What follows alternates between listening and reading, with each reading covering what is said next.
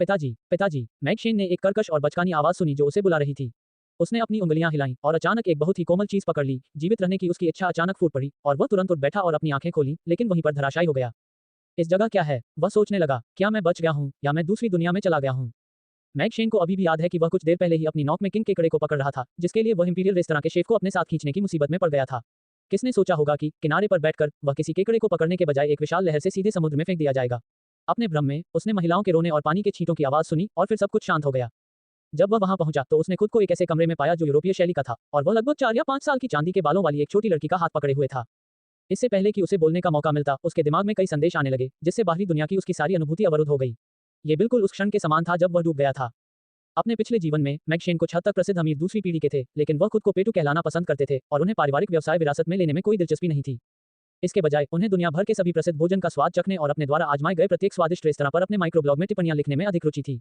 अपनी तीखी, भद्दी टिप्पणियों और लगभग सभी मिशेलिन रेस्तराओं को आजमाने की अपनी फिजूल खर्ची के कारण उन्होंने केवल 2 या 3 वर्षों में ही लाखों प्रशंसक बना लिए थे। उनका मानना था कि उनकी टिप्पणियां प्रामाणिक और निष्पक्ष थीं, हालांकि मुख्य रूप से खामियों पर ध्यान केंद्रित किया गया था। उनके शब्द अतिशयोक्तिपूर्ण थे, फिर भी उसे हमेशा हजारों संदेश मिलते थे जिनमें उसे शाप दिया जाता था, उसे समुद्र में डूबने या अगले पूरे जीवन में रसोइया बनने की निंदा की जाती थी, जिससे वह बहुत परेशान हो जाता था। जरा सोचिए, इस बार डूबना, क्या यह उनके लिए किसी सपने के सच होने जैसा हो सकता है? भगवान, क्या आप मेरे प्रति कुछ भी क्रूर हो सकते हैं? उसने सोचा। इससे पहले कि वह कुछ और सोच पाता, वह उन संदेशों की ओर आकर्षित हो गया। वहां उन्होंने एक और नाटकीय जीवन देखा, कठिन लेकिन आकर्षक। उसे यकीन था कि वह दूसरी दुनिया की यात्रा कर चुका है और उसकी आत्मा में एक निराश शूरवीर का शरीर था जो अब अपनी भारी तलवार नहीं उठा सकता था। उन संदेशों और भावनाओं का एक हिस्सा धीरे धीरे उसके साथ जुड़ने लगा था और वह इसे स्वीकार करने के अलावा कुछ नहीं कर सकता था। यह एक काल्पनिक भूमि थी जहां विशाल ड्रैगन, राक्षस, ओर्क्स, कल्पित बौने, इंसान और कई अन्य लोग एक साथ रहते थे। 100 साल पहले नॉरलैंड महाद्वीप की सभी प्रजातियों ने एक युद्ध विराम पर हस्ताक्षर किए, जिससे 1000 वर्षों तक चलने वाली सभी प्रजातियों के बीच युद्ध समाप्त हो गया। इसलिए उन सभी को अपनी अपनी भूमि पर आराम करने और स्वस्थ होने का मौका मिला।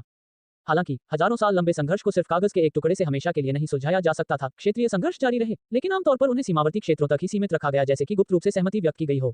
विभिन्न प्रजातियों के बीच कोई बड़े पैमाने पर युद्ध नहीं छेड़ा गया। मैगशेन के पास जो आदमी था उसे मैग एलेक्स के नाम से जाना जाता था। एलेक्स परिवार एक गौरवशाली परिवार था जो सैकड़ों वर्षों से इस महाद्वीप पर मौजूद था। इस दौरान वे हर समय मनुष्यों के लिए सीमाओं की रक्षा कर रहे थे, एक बार भी ओर्क्स को सीमाओं के पास नहीं आने दिया। हालांकि 300 साल पहले उनके किले को ऑक्स और राक्षसों की एक साथ मिली सेना ने तोड़ दिया था। पूरा परिवार लगभग खत्म हो गया। एक समय का गौरवशाली एलेक्स परिवार तब से नष्ट हो चुका है और केवल कई छोटी शाखाएं ही बची हैं। मैग एलेक्स के समय तक वह एकमात्र उत्तराधिकारी था, लेकिन मैग एलेक्स ने सेना में शामिल होने के बाद से ही अपना असाधारण कौशल दिखाया था। उनके मजबूत शरीर और सैन्य कौशल ने उन्हें अपने नेताओं के बीच उच्च सम्मान अर्जित करने, बहुत सम्मान और गौरव हासिल करने और कुछ ही वर्षों में सबसे कम उम्र के ग्रिफिन राइडर बनने में मदद की। वह पूरे साम्राज्य में सबसे आकर्षक युवक था, जिसे साम्राज्य के कमांडर के उत्तराधिकारी और एलेक्स परिवार के गौरव को बहाल करने वाले व्यक्ति के रूप में जाना जाता था। अगर 3 साल पहले की अंधेरी रात न होती तो वह पूरे महाद्वीप के शीर्ष पर खड़ा व्यक्ति होता। उस रात कल्पित बौने, राक्षसों और मानव जादू कलाकारों ने एक साथ उस पर हमला किया। उन्होंने उसके उन हाथों को बर्बाद कर दिया जिनमें कभी तलवार हुआ करती थी, उसके एचली स्टैंडन को काट दिया और मुश्किल से 1 साल के बच्चे को उसके पास छोड़ दिया। यह उसका बच्चा था जिसे एक योगिनी राजकुमारी ने उसके लिए जन्म दिया था। प्रजातियों के बीच अपूरणीय नफरत के परिणामस्वरूप उसके सबसे भरोसेमंद दोस्त ने उसे धोखा दिया, वह नीचे गिर गया था। उसके टूटे हुए अंगों को उसके पुराने दोस्त ने बमुश्किल ठीक किया था, लेकिन अब वह तलवार नहीं पकड़ सकता था। उसने अपना चेहरा बदल लिया था और अपने बच्चे को कैस सिटी में ले गया था ताकि वहां से शुरुआत की जा सके। एक पिता और एक बेटी एक साथ जीवन यापन करने की कोशिश कर रहे थे। उनके दिन बहुत कठिन थे और मामले को और भी बदतर बनाने के लिए थोड़ी सी ठंड ने इस शूरवीर के दुखी जीवन को समाप्त कर दिया। उनकी मृत्यु अफसोस के साथ हुई, लेकिन उनकी मृत्यु ने मैगशेन को इस दुनिया की यात्रा करने का मौका प्रदान किया। एक नायक के दुखद अंत ने मैगशेन को भावुक कर दिया। हालांकि उसने प्रतिशोध लेने के प्रति शूरवीर के जुनून को महसूस नहीं किया, इसके बजाय उन्हें इस बात की बहुत चिंता थी कि उनकी बेटी कैसे जीवित रहेगी। निश्चिंत रहें और शांति से रहें। मैं तुमसे बदला नहीं लूंगा, लेकिन मैं तुम्हारी छोटी लड़की की अच्छी देखभाल करूंगा। मैगशेन ने अपने मन में एक वादा किया और फिर सभी संदेश अचानक घटते ज्वार की तरह गायब हो गए, जुनून के आखिरी निशान के साथ। वह अभी भी मैगशेन था, केवल मैग एलेक्स की पूरी स्मृति शेष थी और उसकी भावनाओं का कुछ हिस्सा भी। मुझे लगता है कि मैं अब से मैग नाम का उपयोग करूंगा, मैगशेन ने सोचा। जब वह फिर से उठा तो उसकी आंखें साफ हो गईं और कमजोरी के दौरे उसके पूरे शरीर पर छा गए। क्या हुआ पिताजी? छोटी लड़की ने अभी भी अपना हाथ पकड़ रखा था, उसके छोटे से चेहरे पर तनाव था। मैग की आंखें थोड़ी नर्म हो गईं। उसके बिस्तर के पास घुटनों के बल बैठी छोटी लड़की के कंधे पर लंबे चांदी के बाल लटक रहे थे। एक जोड़ी स्पष्ट और सुंदर नीली आंखें, आधे ढके हुए छोटे नुकीले कान और मुलायम त्वचा थी जो उसे अपनी योगिनी मां से मिली थी। सूती और लिनेन से बने उसके कपड़े पुराने और भूरे थे, लेकिन वह बहुत प्यारी और मनमोहक थी, जिसे देखकर आपका उसे चूमने का मन करेगा। यह मैग एलेक्स की बेटी एमी थी और अब वह उसकी बेटी थी। मैग ने अपने पिछले जीवन में शादी नहीं की थी, उसके कोई बच्चे तो दूर की बात है, इसलिए उसे नहीं पता था कि उनके साथ कैसे रहना है। हालांकि उसे सारी स्मृति अपने पूर्ववर्ती से मिली थी और एमी के घबराए हुए छोटे चेहरे को देखकर उसे ऐसा लगा जैसे वह अपने ही बच्चे को देख रहा हो। उसके साथ अंतरंग होने की चाहत ने उसके दिल को तेज कर दिया। पिछले जीवन में उसके माता पिता व्यवसाय में इतने व्यस्त थे कि उसकी देखभाल नहीं कर पाते थे, जिसके कारण वह एक पिता होने के एहसास की अपेक्षा करने लगा। मैं ठीक हूँ एमी, एक चिंता मत करो। अनाड़ीपन से उसने अपने हाथ से उसके बालों को सहलाया, उसकी आवाज थोड़ी कर्कश थी। उसके चिकने बालों का स्पर्श सुखद था और उसके दिल को छू गया, वह उसकी बेटी थी। पिता पुत्री के रिश्ते की सूक्ष्म भावना बहुत आकर्षक थी। ठीक है, मुझे खुशी है कि तुम ठीक हो। मैग के हाथ को अपने बालों से रगड़ते हुए और एक प्यारे बिल्ली के बच्चे की तरह अपनी आंखों को थोड़ा सिकुड़ते हुए एमी एक बिगड़ल बच्चे की तरह चिल्लाई। लेकिन पापा, एमी भूखी है। मेरे लिए कुछ अच्छा बनाओ। मैग को लगा जैसे उसका दिल उसकी सुंदरता से पिघल जाएगा और वह उसके लिए आकाश से तारे लाने के लिए तैयार था, लेकिन खाना बनाना वास्तव में उसके लिए सिरदर्द था। उसके पास खाने के लिए निश्चित रूप से बहुत सारी अच्छी चीजें थीं, लेकिन खाना पकाने की बात करें तो उसने कभी रसोई के चाकू को भी नहीं छुआ था। उन्होंने अपने पूर्ववर्ती की स्मृति में कुछ उपयोगी खोजने की कोशिश की, लेकिन उन्हें पता चला कि उनके पूर्ववर्ती का मेनू इतना बेकार था कि वह कोशिश भी नहीं करना चाहते थे। वह बाहर खाने के बारे में सोच रहा था। तभी अचानक उसके दिमाग में एक तटस्थ आवाज गूंजी। कुकरी कल्टीवेशन सिस्टम के भगवान, शुरू करें। मैग अचंभित रह गया। क्या बिल्ली है? उसने सोचा। कुकरी कल्टीवेशन सिस्टम के भगवान, ये बात मेरे दिमाग में कैसे आई? शायद इसका इस स्थानांतरण से कुछ लेना देना है। तटस्थ आवाज जारी रही। पिछले जीवन में मेजबान ने रसोइयों से बहुत अधिक नाराजगी जमा करके लापरवाही से कई रेस्तरां के वर्षों या यहां तक कि लगभग 100 वर्षों की प्रतिष्ठा को बर्बाद कर दिया था। इसलिए ऊपर के भगवान ने कुकरी के इस भगवान को तैयार किया इस दुनिया में मेजबान को पाक कला कौशल सीखने के लिए, निगरानी करने के लिए खेती प्रणाली, ताकि मेजबान को पाक कला का भगवान बनाया जा सके। चूंकि मेजबान के पास खाना पकाने में बहुत कम प्रतिभा है, इसलिए सिस्टम मेजबान की सहायता के लिए अनियमित रूप से मिशन जारी करेगा। मिशन पूरा करने के दौरान पुरस्कृत किया जाएगा, ऐसा न करने पर उन्हें सजा मिलेगी। अपने दिमाग में आवाज सुनकर मैग काफी देर तक स्तब्ध रह गया और उसे एहसास हुआ कि क्या हुआ था। लानत है, आप मजाक कर रहे हैं। उसने सोचा, मैंने इस दुनिया की यात्रा सिर्फ इसलिए की क्योंकि मेरी टिप्पणियां उन रेस्तरां के लिए बहुत बुरी थीं। और उसके कारण आप मुझे एक नई शुरुआत करने के लिए यहाँ लाए हैं, और यहाँ तक कि मुझे खाना पकाने में मदद करने के लिए कुकरी कल्टीवेशन सिस्टम के देवता को तैयार करने की परेशानी भी उठानी पड़ी। उसे वह संदेश याद आया जो उसे पिछले जीवन में सबसे अधिक मिला था। आशा है कि आप अगले जीवन में रसोइया बनेंगे। अचानक उसके मन में एक भाव आया, हर चीज का प्रतिफल मिलता है।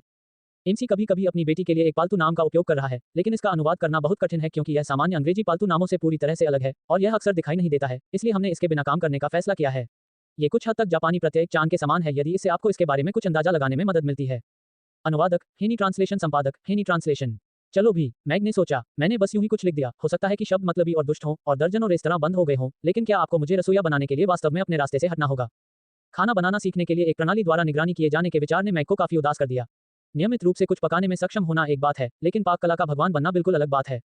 पाक कला के भगवान, क्या आप मुझसे मजाक में गुस्सा हैं? मैग क्रोधित हो गया। पिताजी, क्या आप ठीक महसूस कर रहे हैं? एमी ने मैग के चेहरे को छूने के लिए अपना हाथ बढ़ाते हुए चिंतित होकर पूछा। उसे लग रहा था कि आज के पिता सामान्य से अलग थे, लेकिन वह ये नहीं बता सकी कि क्या बदल गया था। उसके चेहरे का गर्म स्पर्श मैग को वापस ले आया। उसने शांत होने की पूरी कोशिश की और एक फीकी मुस्कान बिखेरी और फिर उसने अपनी याददाश्त में खोजा और अपनी जेबें टटोली। उसे आखिरी 2 तांबे के सिक्के मिले और उन्हें एमी के छोटे हाथ में रख दिया। एमी, जाओ 2 पैनकेक खरीद लाओ, हम आज रात खाना नहीं बनाएंगे। सचमुच, एमी को पैनकेक बहुत पसंद हैं। एमी तुरंत आश्चर्य से मुस्कुरा दी। 2 सिक्कों को पकड़कर वह मैग के चेहरे को चूमने के लिए उसके पास रेंगी और फिर अपने जूते पहनकर बिस्तर से बाहर निकली और अपने छोटे पैरों पर खुशी से दरवाजे की ओर भागी। किसी तरह एमी को दरवाजे पर गायब होते देख मैग का दिल थोड़ा दुखा। पैनकेक मोटे अनाज से बनाए जाते थे और प्रत्येक तांबे के दाम पर बेचे जाते थे।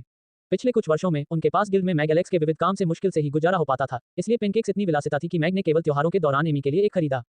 एमी बहुत अच्छी और होशियार थी, इसलिए भले ही उसे पैनकेक बहुत पसंद थे, फिर भी उसने खुद कभी पैनकेक नहीं मांगे। सिस्टम कहीं से भी आया और अब गायब हो गया, मैग ने सोचा। अपनी बाहों पर झुकते हुए मैग ने अपने बिस्तर से उठने के लिए संघर्ष किया और खुद को भूसे के जूते में जमीन पर एक पुराने टूटे हुए कांसे दर्पण की ओर खींच लिया। उसने अपने प्रतिबिंब पर एक नजर डाली। लंबे समय से कुपोषण और धूप की कालिमा के कारण उनकी त्वचा थोड़ी पीली हो गई थी, लेकिन उनका चेहरा लगभग उनके पिछले जैसा ही था।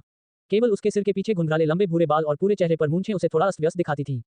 एक अच्छे फिगर की कितनी बर्बादी, मैग ने सोचा। वह इस लुक से छोटे बच्चों को डरा देंगे। वह इस चेहरे वाली इतनी प्यारी छोटी लड़की के साथ कैसे रह सकता है? उस घटना के बाद उनके पूर्ववर्ती ने लगभग हार मान ली। यदि एमी न होती तो शायद उसने 3 साल पहले उस रात अपना गौरवशाली जीवन समाप्त कर लिया होता। निश्चित रूप से छोटी लड़की ने आपके साथ बहुत कष्ट सहा है। इसे मुझ पर छोड़ दो कि मैं इसे उसके ऊपर छोड़ दूं। मैग ने अपनी मुट्ठी भींच ली, लेकिन उसे थोड़ी ताकत महसूस हुई। एक बार टूटे हुए अंगों से कोई अधिक शक्ति प्राप्त नहीं कर सकता। मैग को एक बेकार आदमी की तरह महसूस हुआ। वह मुश्किल से अपनी मुट्ठियां भी बंद कर सकता था। इसके अलावा घर में नंगी दीवारों के अलावा लगभग कुछ भी नहीं था। जब एमी बिस्तर पर जाती थी तो उसके लिए केवल एक बिस्तर और एक छोटा कपड़ा कंबल होता था। खाना पकाने के देवता की तो बात ही छोड़िए, आखिरी 2 सिक्के चले जाने के बाद भी कल का खाना एक समस्या थी। ऐसा लग रहा था जैसे इस सब की कुंजी उस सिस्टम पर आ गई। अभी अभी सिस्टम की तटस्थ आवाज फिर शुरू हुई। सिस्टम ने पहला मिशन जारी किया है, एक रेस्तरां का मालिक होना। मेजबान को केवल भूमि की आपूर्ति की आवश्यकता है और सिस्टम मेजबान की चुनी हुई शैली के आधार पर पूरे रेस्तरां को सजाएगा और समन्वयित करेगा।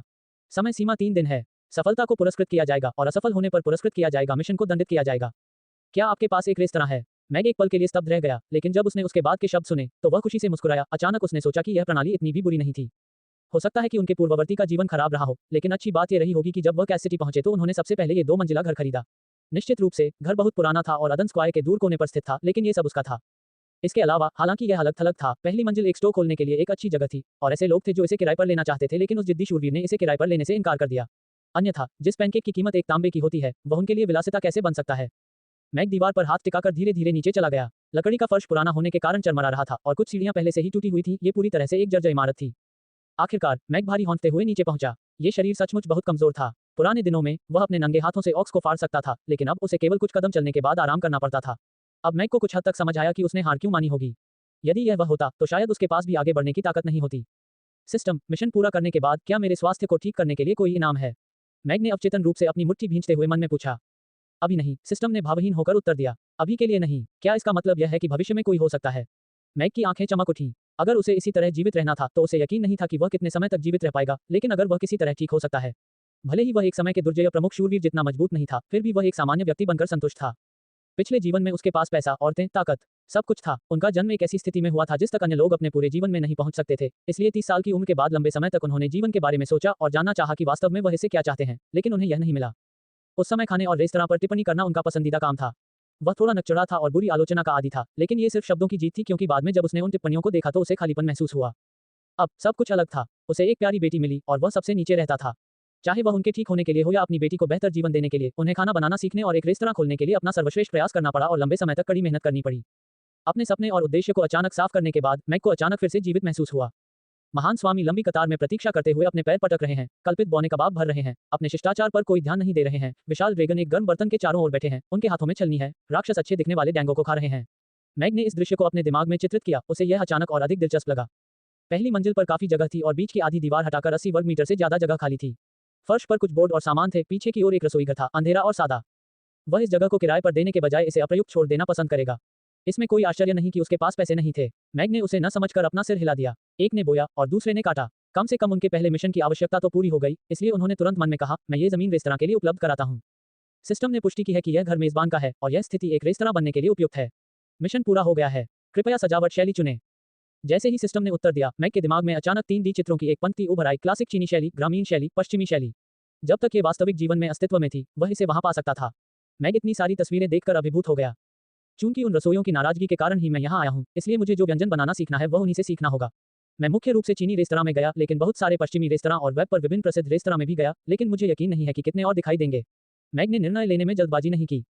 सावधानीपूर्वक विश्लेषण के बाद मैग ने सोचा कि यह एक निश्चित शैली नहीं हो सकती, अन्यथा वह एक अनोखे चीनी रेस्तरां में कांटा और चाकू के साथ स्टेक नहीं परोस सकता, जिससे पहले ही उसकी तीखी आलोचना हो जाती। एक सरल और आरामदायक, जिसमें अधिक लोग बैठ सकें, सबसे अच्छा विकल्प था।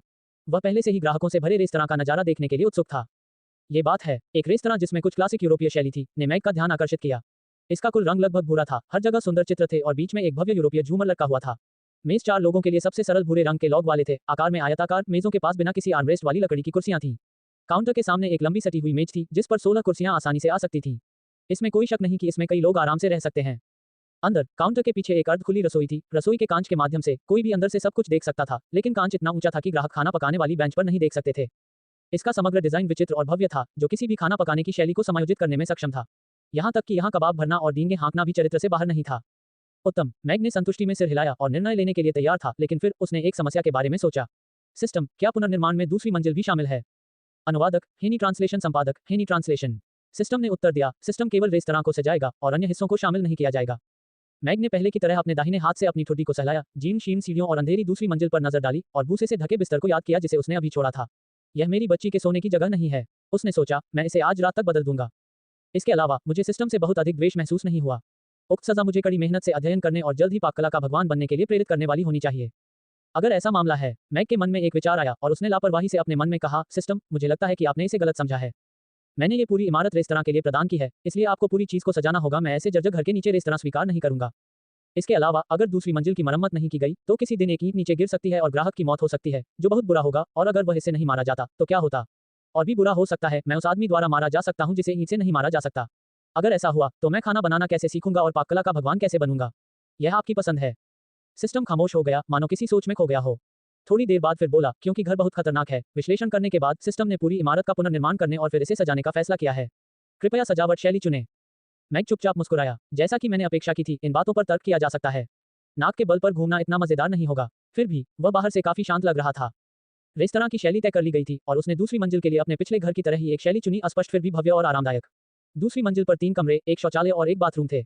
एमी के कमरे का मुख्य रंग गुलाबी था। तो सब कुछ तय हो गया। पुनर्निर्माण और सजावट में 30 सेकंड का समय लगेगा। कृपया इस घर को छोड़ दें। उल्टी गिनती अब 60 सेकंड से शुरू होती है, सिस्टम ने कहा। सिर्फ 30 सेकंड। मैग एक पल के लिए ठिठक गया, लेकिन फिर उसने उल्टी गिनती सुनी, इसलिए वह जल्दी से खुद को दरवाजे की ओर खींच ले गया। दहलीज पार करने में उसे बहुत प्रयास करना पड़ा और फिर वह घूम गया और दरवाजा बंद कर दिया। अंधेरा हो चुका था। पिताजी, क्या आप यहाँ मुझसे मिलने आए हैं? उसकी पीठ के पीछे एमी की प्यारी सी आवाज सुनाई दी। मैग घूम गया। एमी उसकी ओर देख रही थी। उसके दोनों हाथों में एक एक भूरे रंग का पैनकेक था। उसके छोटे हाथों में बहुत बड़ा। उसकी लंबी पलकें झपक रही थी। उसके छोटे से चेहरे पर खुशी और खुशी थी। पापा पहले कभी मुझसे मिलने बाहर नहीं आए, लेकिन आज ऐसा लग रहा है कि वह मुझसे मिलने नीचे आए हैं, एमी ने खुशी से सोचा। हाँ, एमी और पिताजी तुम्हें एक जादू की चाल दिखाएंगे। नीचे जाते समय मैग मुस्कुराया। उसने एमी को अपनी बाहों में ले लिया और उसे धीरे से गले लगा लिया। कोई जादुई चाल? एमी ने थोड़ा भ्रमित होकर मैग की ओर देखा, लेकिन जल्द ही उसकी आंखें चमक उठी। क्या ये जादू है? क्या आप ढेर सारा अच्छा खाना बना सकते हैं, पिताजी? हाँ, पिताजी आपके लिए एक बड़ा सुंदर घर और एक सुंदर रेस्तरां बनाएंगे और हर दिन आपके लिए बहुत सारी अच्छी चीजें पकाएंगे, मैग ने धीमी आवाज में उत्तर दिया। थोड़ा चौहान ठीक है, मैग ने सोचा। वास्तव में, एमी आश्वस्त नहीं लग रही थी। उसका मुंह आश्चर्य से थोड़ा खुला रह गया। मैग ने मुस्कुराते हुए सिर हिलाया। अपनी आंखें बंद करो और 30 से उल्टी गिनती करो। 30, 29। एमी ने संख्या गिनते हुए आज्ञाकारी रूप से अपनी आंखें बंद कर लीं। मैग ने एमी की ओर धीरे से देखा। उसकी प्यारी सी आवाज सुनी। जमीन हल्की हल्की हिलने लगी और उसे बीच बीच में चीजों के जमीन से टकराने की आवाज सुनाई देने लगी, लेकिन उसने एक बार भी पीछे मुड़कर नहीं देखा। कुछ ही देर में 30 की गिनती खत्म हो गई। एमी ने अपनी आंखें खोली। उसके छोटे से चेहरे पर उम्मीद थी। अब आइए हमारे नए घर पर एक नजर डालें। मैग ने एमी से 2 पैनकेक लिए। उसका छोटा हाथ पकड़ा, उठ गया और अपने नए घर को देखने की उम्मीद के साथ घूम गया। दरवाजे से एक गर्म रोशनी निकली और सीधे 2 अलग अलग आकृतियों पर गिरी, एक बड़ी और एक छोटी। वाह, एमी का मुंह खुला रह गया। लैंप की रोशनी में एक शानदार महल की तरह दिखने वाले अचानक बदले हुए घर को देखकर वह काफी देर तक अचंभित रह गई। फिर उसने अपने पिता की ओर देखा और खुशी से चिल्लाई, पिताजी, क्या ये वास्तव में आपके जादू से है? घर बहुत सुंदर है, जैसे एक क्रिस्टल महल। और देखो, चट्टानें चमक रही हैं। पिता, आप अद्भुत हैं। अब से यह हमारा घर होगा और यह एक रेस्तरां भी है। मैग खुशी से मुस्कुराया। अपनी बेटी द्वारा प्रशंसा पाने से बेहतर कुछ भी महसूस नहीं होता। यह अभी भी 2 मंजिला घर था, लेकिन यह एक टूटे फूटे लॉग केबिन से यूरोपीय शैली के विला में बदल गया था। चौराहे के सामने एक फर्श से छत तक की खिड़की थी और यूरोपीय क्रिस्टल झूमर की रोशनी में रेस्तरां को बाहर से आरामदायक और स्टाइलिश देखा जा सकता था। ऐसा लग रहा था कि पहले झटकों से थोड़ी हलचल हुई थी, इसलिए मैग ने एमी का हाथ पकड़ा और दरवाजे के अंदर चला गया। चलो घर चलते हैं, पापा तुम्हें बाद में बताएंगे। ठीक है, पिता सर्वश्रेष्ठ हैं। एमी ने मैग के हाथ पर अपना सिर रगड़ा और खुशी से दरवाजे में छलांग लगा दी। अंदर जाते ही मैग ने लाइट बंद कर दी। इसी बीच घनी दाढ़ी वाला एक बौना अगले दरवाजे से लड़खड़ाता हुआ बाहर आया। अपने नशे में धुत चेहरे के साथ इधर उधर देखते हुए वह चिल्लाया, बेवकूफ ट्रोल फिर से यहाँ नाचने आ रहे हैं। लानत है, मैं यहाँ कुछ देर सोने की कोशिश कर रहा हूँ। फिर वह वापस गया और दरवाजा बंद कर दिया।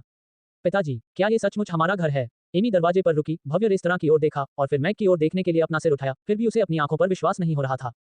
उसने कभी इतना सुंदर घर नहीं देखा था। फर्श सपाट और चिकना था, झूमर सुंदर और क्रिस्टल जैसा था और संरेखित मेज और कुर्सियां बिल्कुल नहीं थी। मेज पर उत्तम टेबल व बक्से थे। अंदर गहराई में एक लंबा काउंटर था जो उससे ऊंचा था और उसके पीछे एक कमरा था, लेकिन वह नहीं देख सकती थी कि अंदर क्या है। जरूर, मैग ने मुस्कुराते हुए सिर हिलाया। फिर अपना हाथ लहराते हुए उन्होंने कहा, ये हमारा नया घर है। पहली मंजिल को एक रेस्तरां के रूप में इस्तेमाल किया जा सकता है और दूसरी मंजिल वह जगह है जहां हम रहेंगे। महान। इससे पहले कि मैग अपनी बात पूरी कर पाता, एमी पहले ही भाग चुकी थी। उसने अपनी बाहें फैलाई और रेस्तरां के चारों ओर दौड़ी और फिर उसे बिल्कुल अंदर एक टेबल मिली और वह वहां बैठ गई। पिताजी, चलो यहाँ पैनकेक खाते हैं। एमी भूखी है, उसने मैग की ओर हाथ हिलाते हुए कहा। ठीक है, मैग मुस्कुराया। निश्चित रूप से भोजन सबसे महत्वपूर्ण था। मिशन रेस्तरां का मालिक पूरा हो गया है। चूंकि मेजबान को रेस्तरां के अलावा हिस्सों के पुनर्निर्माण की आवश्यकता है, इसलिए इस बार का इनाम रद्द कर दिया गया है। सिस्टम ने एक नया मिशन जारी किया है। पहला व्यंजन सीखें, यंगजहॉ फ्राइड राइस एक। समय सीमा 3 दिन है। जब मेजबान तैयार हो जाए तो कुकरी के देवता के लिए परीक्षण क्षेत्र में प्रवेश करें। इस बार इनाम है ताकत जोड़ 0.5 और सजा है ताकत -0.5। सिस्टम की आवाज फिर सुनाई दी। मैग तुरंत वहीं रुक गया। उसके दिमाग में अचानक एक दरवाजा उभर आया जिस पर 4 सुनहरे शब्द लिखे हुए थे, यंगजहॉ फ्राइड राइस। ये कुकरी के देवता के लिए तथाकथित परीक्षण क्षेत्र होना चाहिए। निश्चित रूप से मैग को उस इनाम की अधिक परवाह थी जिसका उसने उल्लेख किया था। उसके लिए सबसे जरूरी मामला ठीक होना था, क्योंकि वह इस हालत में रसोई का चाकू भी नहीं पकड़ सकता था। खाना पकाने के बारे में तो बात ही छोड़िए। उसने नहीं सोचा था कि सिस्टम उसे इतनी जल्दी ठीक होने में मदद करने के लिए किसी इनाम की व्यवस्था करेगा, इसलिए वह अचानक थोड़ा उत्साहित हो गया। मुझे नहीं पता कि इस ताकत जोड़ 0.5 का मेरे लिए क्या मतलब है, लेकिन मुझे नहीं लगता कि सिस्टम मुझे धोखा देगा। यंगजहॉ फ्राइड राइस बनाना कितना कठिन हो सकता है। जब वह यंगजहॉ में थे तो उन्होंने कई बार कई अलग अलग रेस्तरां में प्रामाणिक यंगजहॉ फ्राइड राइस का स्वाद चखा था, लेकिन तब उनकी टिप्पणियां बहुत घटिया थीं। सच कहूं तो स्वाद बहुत अच्छा था, लेकिन उस समय उन पर आलोचना का ऐसा जुनून सवार था कि उन्हें ऐसा करने के लिए मजबूर होना पड़ा। ऐसा कहा गया था कि उनकी कमेंट्री के बाद एक पुराने और मशहूर रेस्तरां को कुछ समय के लिए बंद कर दिया गया था, लेकिन वो चीजें हमेशा होती रहती थी, इसलिए उन्होंने उस समय इस पर ज्यादा ध्यान नहीं दिया। पिता, एमी ने थोड़ा भ्रमित होकर अनुपस्थित दिमाग वाले मैग की ओर देखा। आ रहा। मैग ने तुरंत उस दरवाजे को खोलने के अपने आवेग को अपने मन में दबा लिया और एमी के सामने बैठ गया। उसने उसे एक पैनकेक थमाया। उन्होंने मुस्कुराते हुए कहा, आइए एमी के पसंदीदा पैनकेक का स्वाद लें। मैग ने पैनकेक को करीब से देखा। यह एक वयस्क व्यक्ति के हाथ के आकार का था और मोटाई में 1 सेंटीमीटर था। इसे मकई, मूंग, आलू और कई अन्य मोटे अनाजों के साथ मिश्रित आटे से बनाया गया होगा और फिर इसे पकाने के लिए लकड़ी के ओवन में रखा गया होगा। ऐसा लगा मानो उसके हाथ में कोई खुरदुरी टाइल हो। ठीक है, एमी ने दोनों हाथों से पैनकेक लिया, अपना छोटा सा मुंह खोला और काट लिया। पैनकेक फट गया और एमी एक छोटे हमस्टर की तरह खुशी से चबाने लगी, संतुष्ट और बहुत प्यारी लग रही थी। इसका स्वाद इतना अच्छा है। मैग को आश्चर्य हुआ, फिर भी एमी को खाते हुए देखकर उसे इतनी अच्छी भूख लगी कि वह पैनकेक को अपने मुंह में लाने और उसे जोर से काटने से खुद को रोक नहीं सका। उसने कई बार चबाया और चकित हो गया। ये बेक किया हुआ टाइल होना चाहिए। मैग ने सोचा, क्या पैनकेक फट गया या मेरे दांत टूट गए? ये वास्तव में मेरे मुंह के लिए एक यातना थी और निगलने की कोशिश करते समय मेरा गला अवरुद्ध हो गया। घातक हथियार के रूप में इस्तेमाल हो सकती है ये चीज। एक दिन में सैकड़ों बिक गए। क्या आप मेरे साथ मजाक कर रहे हैं? इस विश्व की खाद्य संस्कृति कितनी आदिम है। धिक्कार है। मेरा दम घुट गया। मैग को बहुत बुरा लगा। उसने पैनकेक को मेज पर गिरा दिया और गले में हाथ डालकर रसोई में सिंक की ओर भागा। यंगज़हौ चीन का एक शहर है। अनुवादक, हेनी ट्रांसलेशन संपादक, हेनी ट्रांसलेशन। मैग ने नल चालू किया और ढेर सारा पानी पी लिया। फिर दोनों हाथों से सिंक के किनारे को पकड़कर उसने एक सांस ली और फिर से जीवित महसूस किया। जब वह उठा तो वह पहले से ही प्यासा था और पानी पीने के बजाय उसने वह पैनकेक खा लिया, जिससे उसका दम घुटने से लगभग मौत हो गई। उसका गला अब भी जल रहा था। यदि यह उनका पिछला जीवन होता तो उन्होंने हजारों शब्दों लंबी निंदा लिखी होती और रेस्तरां को हमेशा के लिए बंद कर दिया होता। इसे कोई कैसे खा सकता है? इससे पहले कि वह ये जानता, एमी उसके पास आ चुकी थी। पिताजी, क्या आप ठीक हैं? एमी ने उसके कपड़ों के कोने को खींचते हुए चिंतित होकर पूछा। हाँ, पिताजी ठीक हैं, बस थोड़ा सा घुट गया। मैग ने तुरंत एमी की ओर देखा, उसके बालों को सहलाने के लिए आगे बढ़ा और उसके चेहरे पर फिर से मुस्कान आ गई। इस तरह चिंता करने और उस पर भरोसा करने से उसका दिल खुश हो गया और पैनकेक के प्रति उसकी नाराजगी काफी हद तक कम हो गई। वह अब एक सामान्य पिता था और उन चीजों से नहीं गुजरना चाहता था जो उसने अपने पिछले जीवन में किया था। वह दोबारा यात्रा नहीं करना चाहता था। एक सांस छोड़ते हुए एमी को बहुत आराम महसूस हुआ और फिर उसने गंभीर दृष्टि से उसे डांटा। पिताजी, आपको धीरे धीरे खाना चाहिए। पैनकेक अच्छे हैं, लेकिन आप जल्दबाजी नहीं कर सकते। थोड़ा थोड़ा करके खाएं और फिर आपका दम नहीं घुटेगा। हाँ, एमी सही कह रही है। मैग ने एमी की आंखों में देखते हुए गंभीरता से सिर हिलाया। फिर छोटी बच्ची संतुष्ट होकर अपनी सीट पर वापस चली गई। मैग तुरंत बाहर नहीं गया, लेकिन रसोई का बारीकी से निरीक्षण किया। रसोई का आकार एक पट्टी की तरह था और इसका क्षेत्रफल लगभग 10 वर्ग मीटर था। ये काफी विशाल था। खाना पकाने की बेंच पर 4 अंतर्निर्मित गैस स्टोव थे और एक silver side suction range hood और एक बड़ा 4 दरवाजे वाला रेफ्रिजरेटर भी था। यह एक बहुत ही पेशेवर आधुनिक रसोई थी, लेकिन अधिकांश जगह अभी भी खाली थी। चाकू ब्लॉक पर केवल एक चौड़ा चीनी शेफ का चाकू था और बर्तन और धूपदान कहीं नहीं मिले। सिस्टम, क्या आप सजावट करते समय उपकरणों और बर्तन की व्यवस्था करना भूल गए? फ्रिज भी खाली है। मैग ने खाली फ्रिज बंद कर दिया। अचानक कुछ पकाने का उनका विचार विफल हो गया। सिस्टम ने उत्तर दिया, मेजबान को अब उन उपकरणों का उपयोग करने का कोई अधिकार नहीं है। जब मिशन पूरा हो जाएगा तो उन्हें एक एक करके अनलॉक किया जाएगा। अभी के लिए मेजबान द्वारा सीखे गए व्यंजनों के लिए केवल आवश्यक सामग्री ही प्रदान की जाएगी और उन्हें उपयोग करने के लिए पहले खरीदना होगा। मैग एक पल के लिए ठिठक गया, लेकिन उसके पास कोई विकल्प नहीं था। सिस्टम वास्तव में मुझे खाना बनाना सिखाने के लिए अपने रास्ते से हट गया है। ऐसा लगता है कि आज खाने के लिए कुछ और पाने का कोई रास्ता नहीं है। और सिस्टम ने कहा कि सामग्री खरीदने की जरूरत है, तो क्या ऐसा हो सकता है कि वह सारी आपूर्ति कर देगा आवश्यक सामग्री? मैग ने रसोई के चारों ओर एक चक्कर लगाया और जब उसे यकीन हो गया कि यहाँ खाने के लिए कुछ नहीं है, तो वह सादे उबले पानी के 2 कटोरे डालने और बाहर निकलने के अलावा कुछ नहीं कर सका। ऐसा लग रहा था कि मिशन को जल्द पूरा करना बहुत जरूरी था, वरना ये सब यहीं बर्बाद हो गया। इसके अलावा उस भयानक पैनकेक को चखने के बाद वह यंगज़हौ फ्राइड राइस खाने के लिए इंतजार नहीं कर सका। चाहे एमी को धरती का स्वादिष्ट खाना चखने का मौका देना हो या यंगज़हौ फ्राइड राइस से इस दुनिया को जीतना हो, यह एक दिलचस्प विचार था। मैग अपने पूर्ववर्ती की यादों में फिर से गया। चून की प्रजातियों के बीच युद्ध 1000 वर्षों तक चला। यहाँ का मानव भोजन कुछ हद तक अंग्रेजी व्यंजनों जैसा था, जिनकी खाना पकाने की विधियां सरल और अपरिष्कृत थी, उबालना और पकाना। खाना पकाने के दौरान कोई मसाला नहीं डाला गया। लोग अपने स्वाद के आधार पर खाने से पहले बस थोड़ा सा नमक या काली मिर्च छिड़क लेते हैं। ये सिर्फ भूख को शांत करने और पोषण को संतुलित करने के लिए था। आखिरकार युद्ध के समय में कोई बहुत अधिक नहीं पूछ सकता था। हालांकि 100 वर्षों की शांति के दौरान यहाँ खाना पकाने में कुछ विकास हुआ था, लेकिन उन रसोइयों का दिमाग इतना कट्टर था कि अगर उन्होंने सुधार करने की कोशिश की तो भी उनके व्यंजन अभी भी बहुत सरल थे और कुछ खाना पकाने के तरीके और व्यंजन जो ताज़ा प्रभावशाली थे दिखाई दिया। यहाँ तक कि भोजन प्रेमी मनुष्य भी खाना पकाने में इतने फिसड्डी थे, अन्य प्रजातियों की तो बात ही छोड़िए। कल्पित बौने मूल रूप से प्रकृति से प्राप्त विभिन्न जंगली फलों पर रहते थे। बौने अधिक बेतरतीब ढंग से खाते थे, पकाए गए कुछ भी खा सकते थे और राक्षसों और ऑक्स ने भी अपने शिकार को जीवित खा लिया। मैग ने अपना होंठ मोड़ लिया। ये स्वादिष्ट भोजन की एक बंजर भूमि की तरह है जो मेरे द्वारा इसकी खेती करने की प्रतीक्षा कर रही है। एमी को दोनों हाथों से पैनकेक खाते हुए देखकर उसके चेहरे पर एक हल्की सी मुस्कान आ गई। उन्हें खाद्य संस्कृति को जन जन तक पहुंचाने जैसे महान कार्यों में बहुत कम रुचि थी, लेकिन वह चाहते थे कि एमी वास्तविक अच्छी चीजें खाएं और आरामदायक जीवन जिएं, इसलिए खाना बनाना सीखना उनके लिए स्वीकार करना बहुत कठिन नहीं था। मैग वास्तव में भूखा था, इसलिए उसे पैनकेक को पानी में भिगोना पड़ा और खाने से पहले उसके नरम होने का इंतजार करना पड़ा। वह बमुश्किल इसे निगल सका। एमी के दांत बहुत अच्छे थे और पैनकेक उसके मुंह में मजे से फूट गया। उसने थोड़ी ही देर में इसे खत्म कर दिया और फिर उसने कटोरा उठाया, एक और पानी पिया और एक गहरी डकार ली। मैग को चॉपस्टिक से पैनकेक गूदा खाते हुए देखकर वह खुशी से मुस्कुराए। पिताजी, पैनकेक बहुत स्वादिष्ट है ना? मैग ने अपना सिर हिलाया, अपने हाथ से एमी की प्यारी छोटी नाक को हल्के से छुआ और मुस्कुराया। मैं यह नहीं कहूंगा कि यह बहुत स्वादिष्ट है एमी, ये कुछ ऐसा है जो मुश्किल से हमारी भूख को शांत कर सकता है। किसी दिन मैं आपके लिए मांचूहान इंपीरियल दावत बनाऊंगा। एक मांचूहान इंपीरियल दावत में कम से कम 108 अद्वितीय व्यंजन शामिल थे। किंग राजवंश के दौरान मांचू और हान चीनी संस्कृति सिर्फ आपके लिए। आप जितना खा सकते हैं उतना खा सकते हैं। मांचूहान इंपीरियल दावत, क्या ये वास्तव में पैनकेक से अधिक स्वादिष्ट है? एमी की आंखें उत्साह से चमक रही थी, लेकिन फिर जब उसने मैग की ओर देखा तो वह थोड़ी चिंतित लग रही थी। पापा ने पहले जो खाना बनाया था उसका स्वाद अजीब था। क्या पापा सचमुच पैनकेक से भी ज्यादा बेहतर कुछ बना पाते हैं? जरूर, मैग ने गंभीरता से सिर हिलाया। और मांचूहान इंपीरियल दावत एक व्यंजन नहीं है, इसमें पहाड़ों और समुद्रों के विभिन्न विदेशी भोजन के 108 व्यंजन शामिल हैं। यह आपको लगातार 3 दिनों तक चल सकता है। वह अनुमान लगा सकता था कि उसके मन में क्या था। जाहिर है, उसकी नज़र में पैनकेक सबसे अच्छी चीज थी। उनके पूर्ववर्ती का खाना पकाने का कौशल उनके जैसा ही निराशाजनक था और उन्होंने उन पर बुरा प्रभाव छोड़ा होगा। पहाड़ों और समुद्रों से विभिन्न विदेशी भोजन के 108 व्यंजन। एमी ने अपनी उंगलियों पर गिना, पैनकेक से बेहतर चीजों से भरी मेज की तस्वीर खींचने की कोशिश की। इसके अलावा ये 3 दिनों तक चल सकता है। उसकी आंखें और अधिक चमकीली हो गईं और उसके चेहरे पर मुस्कान आ गई। वह कुर्सी से कूद गई, मैग की ओर देखा और खुशी से चिल्लाई, वाह! एमी मांचूहान शाही दावत चाहती है। मेरे लिए मांचूहान शाही दावत बनाओ, पिता। एमी अभी यह चाहती है। एमी की प्रत्याशा से भरी आंखों को देखते हुए मैग को थोड़ा शर्मिंदगी महसूस हुई। वह अब यंगज़हॉ फ्राइड राइस भी नहीं बना सका। हालांकि उस पर कुकरी कल्टीवेशन सिस्टम का देवता था, इसलिए भविष्य में मांचूहान इंपीरियल दावत उसके लिए कुछ भी नहीं होगी। फिर भी जब उसने अपनी छोटी लड़की का उत्सुक चेहरा देखा तो उसे लगा जैसे उसने कुछ ज्यादा ही डींगे हाँक दी हों। बेशक पिता भी इसे एमी के लिए बनाना चाहते हैं, लेकिन हमारा रेस्तरां अभी खुला नहीं है। मैग ने माफी मांगते हुए एमी के बालों को सहलाते हुए कहा, रसोई में कोई सामग्री नहीं है, इसलिए मैं इतनी अच्छी चीजें नहीं बना सका। ठीक है। एमी थोड़ी निराश हुई, लेकिन उसने तुरंत फिर से अपना सिर उठाया। उसने मैग का बड़ा हाथ पकड़ा, उसे पीठ पर थपथपाया और सांत्वना देते हुए कहा, ये ठीक है पिताजी, आपने पहले जो खाना बनाया था वह भी अच्छा था। जब एमी थोड़ी बड़ी हो जाएगी तो मैं पैसे कमा सकती हूँ और बहुत कुछ खरीद सकती हूँ। पिताजी के लिए अच्छी चीजें आपको मांचूहान शाही दावत बनाने की अनुमति देती हैं। अचानक एमी के गंभीर चेहरे को देखकर मैग को थोड़ा दुख हुआ। उसने सूंघा और फिर मुस्कुराते हुए अपना सिर हिलाया। पिता अब पहले से अलग हैं। हमारे परिवार का समर्थन करने के लिए पैसा कमाना स्वाभाविक रूप से मेरी जिम्मेदारी है और जैसा कि मैंने कहा था, मैं आपके लिए मांचूहान शाही दावत बनाऊंगा। ये हमारा छोटा सा समझौता है। मैं वादा करता हूँ। फिर उसने अपनी छोटी उंगली आगे बढ़ाई। एमी ने मैग की ओर देखा और अपनी आंखें झपकाईं। ऐसा लगता है आज के पिता सचमुच अलग हैं। ऐसा लगता है कि उनकी छवि बड़ी और दयालु हो गई है। उसने उस छोटी उंगली को देखा, अपने पिता की उंगली के साथ जुड़ने के लिए अपनी उंगली आगे बढ़ाई और फिर खुशी से कहा, ठीक है। एमी को यकीन है कि पिता ये कर सकते हैं। अनुवादक, हेनी ट्रांसलेशन संपादक, हेनी ट्रांसलेशन। मैग ने एमी का हाथ उठाया। चलो ऊपर चलते हैं। एमी पहले से ही जम्हाई ले रही है। अब सोने का समय हो गया है, मैग ने मुस्कुराते हुए कहा। एमी को नींद नहीं आ रही है और वह अभी भी पिता को टेबल साफ करने में मदद कर सकती है। एमी ने जम्हाई लेते हुए अपना सिर हिलाते हुए कहा, पिताजी इसे बाद में करेंगे। तुम यहाँ सो नहीं सकती, बच्ची। पिता तुम्हें गोद में नहीं उठा सकते। मैग ने एमी का छोटा हाथ पकड़ लिया, किसी तरह थोड़ा उदास महसूस कर रही थी।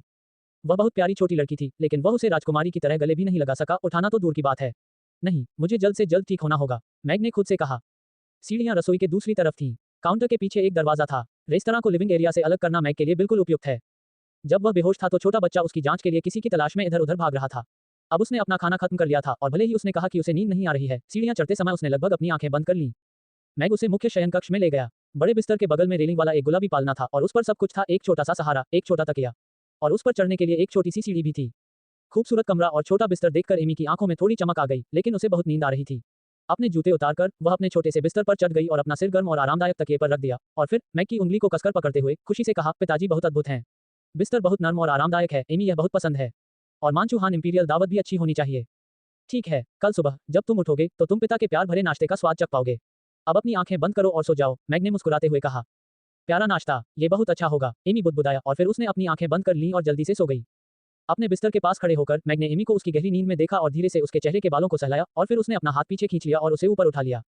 इसके बाद वह नीचे झुके और धीरे से एमी के बालों को चूमा। चिंता मत करो, पिता निश्चित रूप से आपको मांचूहान शाही दावत देंगे। वेब। फिर मैग एमी के पालने के पास बड़े बिस्तर पर बैठ गया और अपनी आंखें बंद करके दरवाजे की ओर देखने लगा और सोचने लगा कि इसे कैसे खोला जाए। उसे आश्चर्य हुआ, एक छोटा सा आदमी जो बिल्कुल उसके जैसा ही दिखता था, उसके सिर में दिखाई दिया और वह अपने शरीर की तरह ही उसके पूर्ण नियंत्रण में था। मैग थोड़ी देर के लिए झिझका और फिर दरवाजा खोला जिस पर यंगज़हॉ फ्राइड राइस लिखा था। अचानक मैग को अपनी आंखों पर एक सफेद रोशनी चमकती महसूस हुई, इसलिए उसने उन्हें अवचेतन रूप से बंद कर दिया और जब उसने उन्हें फिर से खोला तो उसकी पूरी आत्मा पहले से ही उस छोटे आदमी में समा गई थी। उसके पीछे का दरवाजा गायब हो गया और वह अपनी रसोई की तरह ही एक लंबी रसोई में खड़ा था। सब कुछ एक ही पैमाने पर था। मैग की आंखें चमक उठीं। खैर, ये बहुत बढ़िया है। जब मैं बाहर जाती हूँ तो मुझे फिर से रसोई से परिचित नहीं होना पड़ता। जब उसने चलने के लिए अपना पैर उठाया तो उसे एक बार और आश्चर्य हुआ, जिस शरीर में पहले कोई ताकत नहीं थी वह अब सामान्य रूप से चलने में सक्षम था। वह कई बार कूदने से खुद को रोक नहीं सका। हालांकि वह अभी भी थोड़ा कमजोर और कमजोर महसूस कर रहा था, लेकिन वह स्पष्ट रूप से पहले के अपने बेकार स्वभाव से काफी बेहतर था। सिस्टम, यह क्या है? मैग थोड़ा उत्तेजित होकर चिल्लाया। क्या ऐसा हो सकता है कि सिस्टम ने मेहरबानी करके मेरी सेहत ठीक कर दी हो? सिस्टम ने उत्तर दिया, मेजबान अब ताकत जोड़ 0.5 की स्थिति में है। कृपया मिशन को पूरा करने के लिए अपना सर्वश्रेष्ठ प्रयास करें। मजबूत शरीर आपका इंतजार कर रहा है। अब मैं देखता हूँ। मैग ने उस शक्ति पत्र को देखा जो एक साथ उसके सिर में दिखाई दे रहा था। एक सामान्य व्यक्ति की ताकत 2 थी और इलाज के बाद मैग की ताकत आधी विकलांग थी। अब उसकी ताकत 1.5 थी, भारी तलवार उठाने में असमर्थ, फिर भी रसोई का चाकू पकड़ने में सक्षम। इस दुनिया में इंसानों की ताकत की सीमा पृथ्वी की तुलना में बहुत अधिक थी। जब कोई इंसान 4 की ताकत तक पहुंच जाता है तो वह एक सामान्य ऑक से मुकाबला कर सकता है और जब वह 10 तक पहुंच जाता है तो वह एक वनट्रोल को एक ही मुक्के से मार गिरा सकता है। उस समय मैग एलेक्स की ताकत 8 तक पहुंच जानी चाहिए थी, मनुष्यों के बीच एक बहुत शक्तिशाली व्यक्ति। कुकरी के भगवान के परीक्षण क्षेत्र में आपका स्वागत है। सिस्टम की आवाज फिर गूंजी। सिस्टम आपको प्रामाणिक यंगज़हॉ फ्राइड चावल का अनुभव प्रदान करेगा। केवल जब आपकी पाक कला इस प्रणाली के प्रमाणीकरण से गुजरती है तो आपको इस जगह को छोड़ने की अनुमति है। मानक वे सभी आवश्यकताएं हैं जो आपने यंगज़हॉ फ्राइड पर टिप्पणी करते समय उठाई थी। चावल।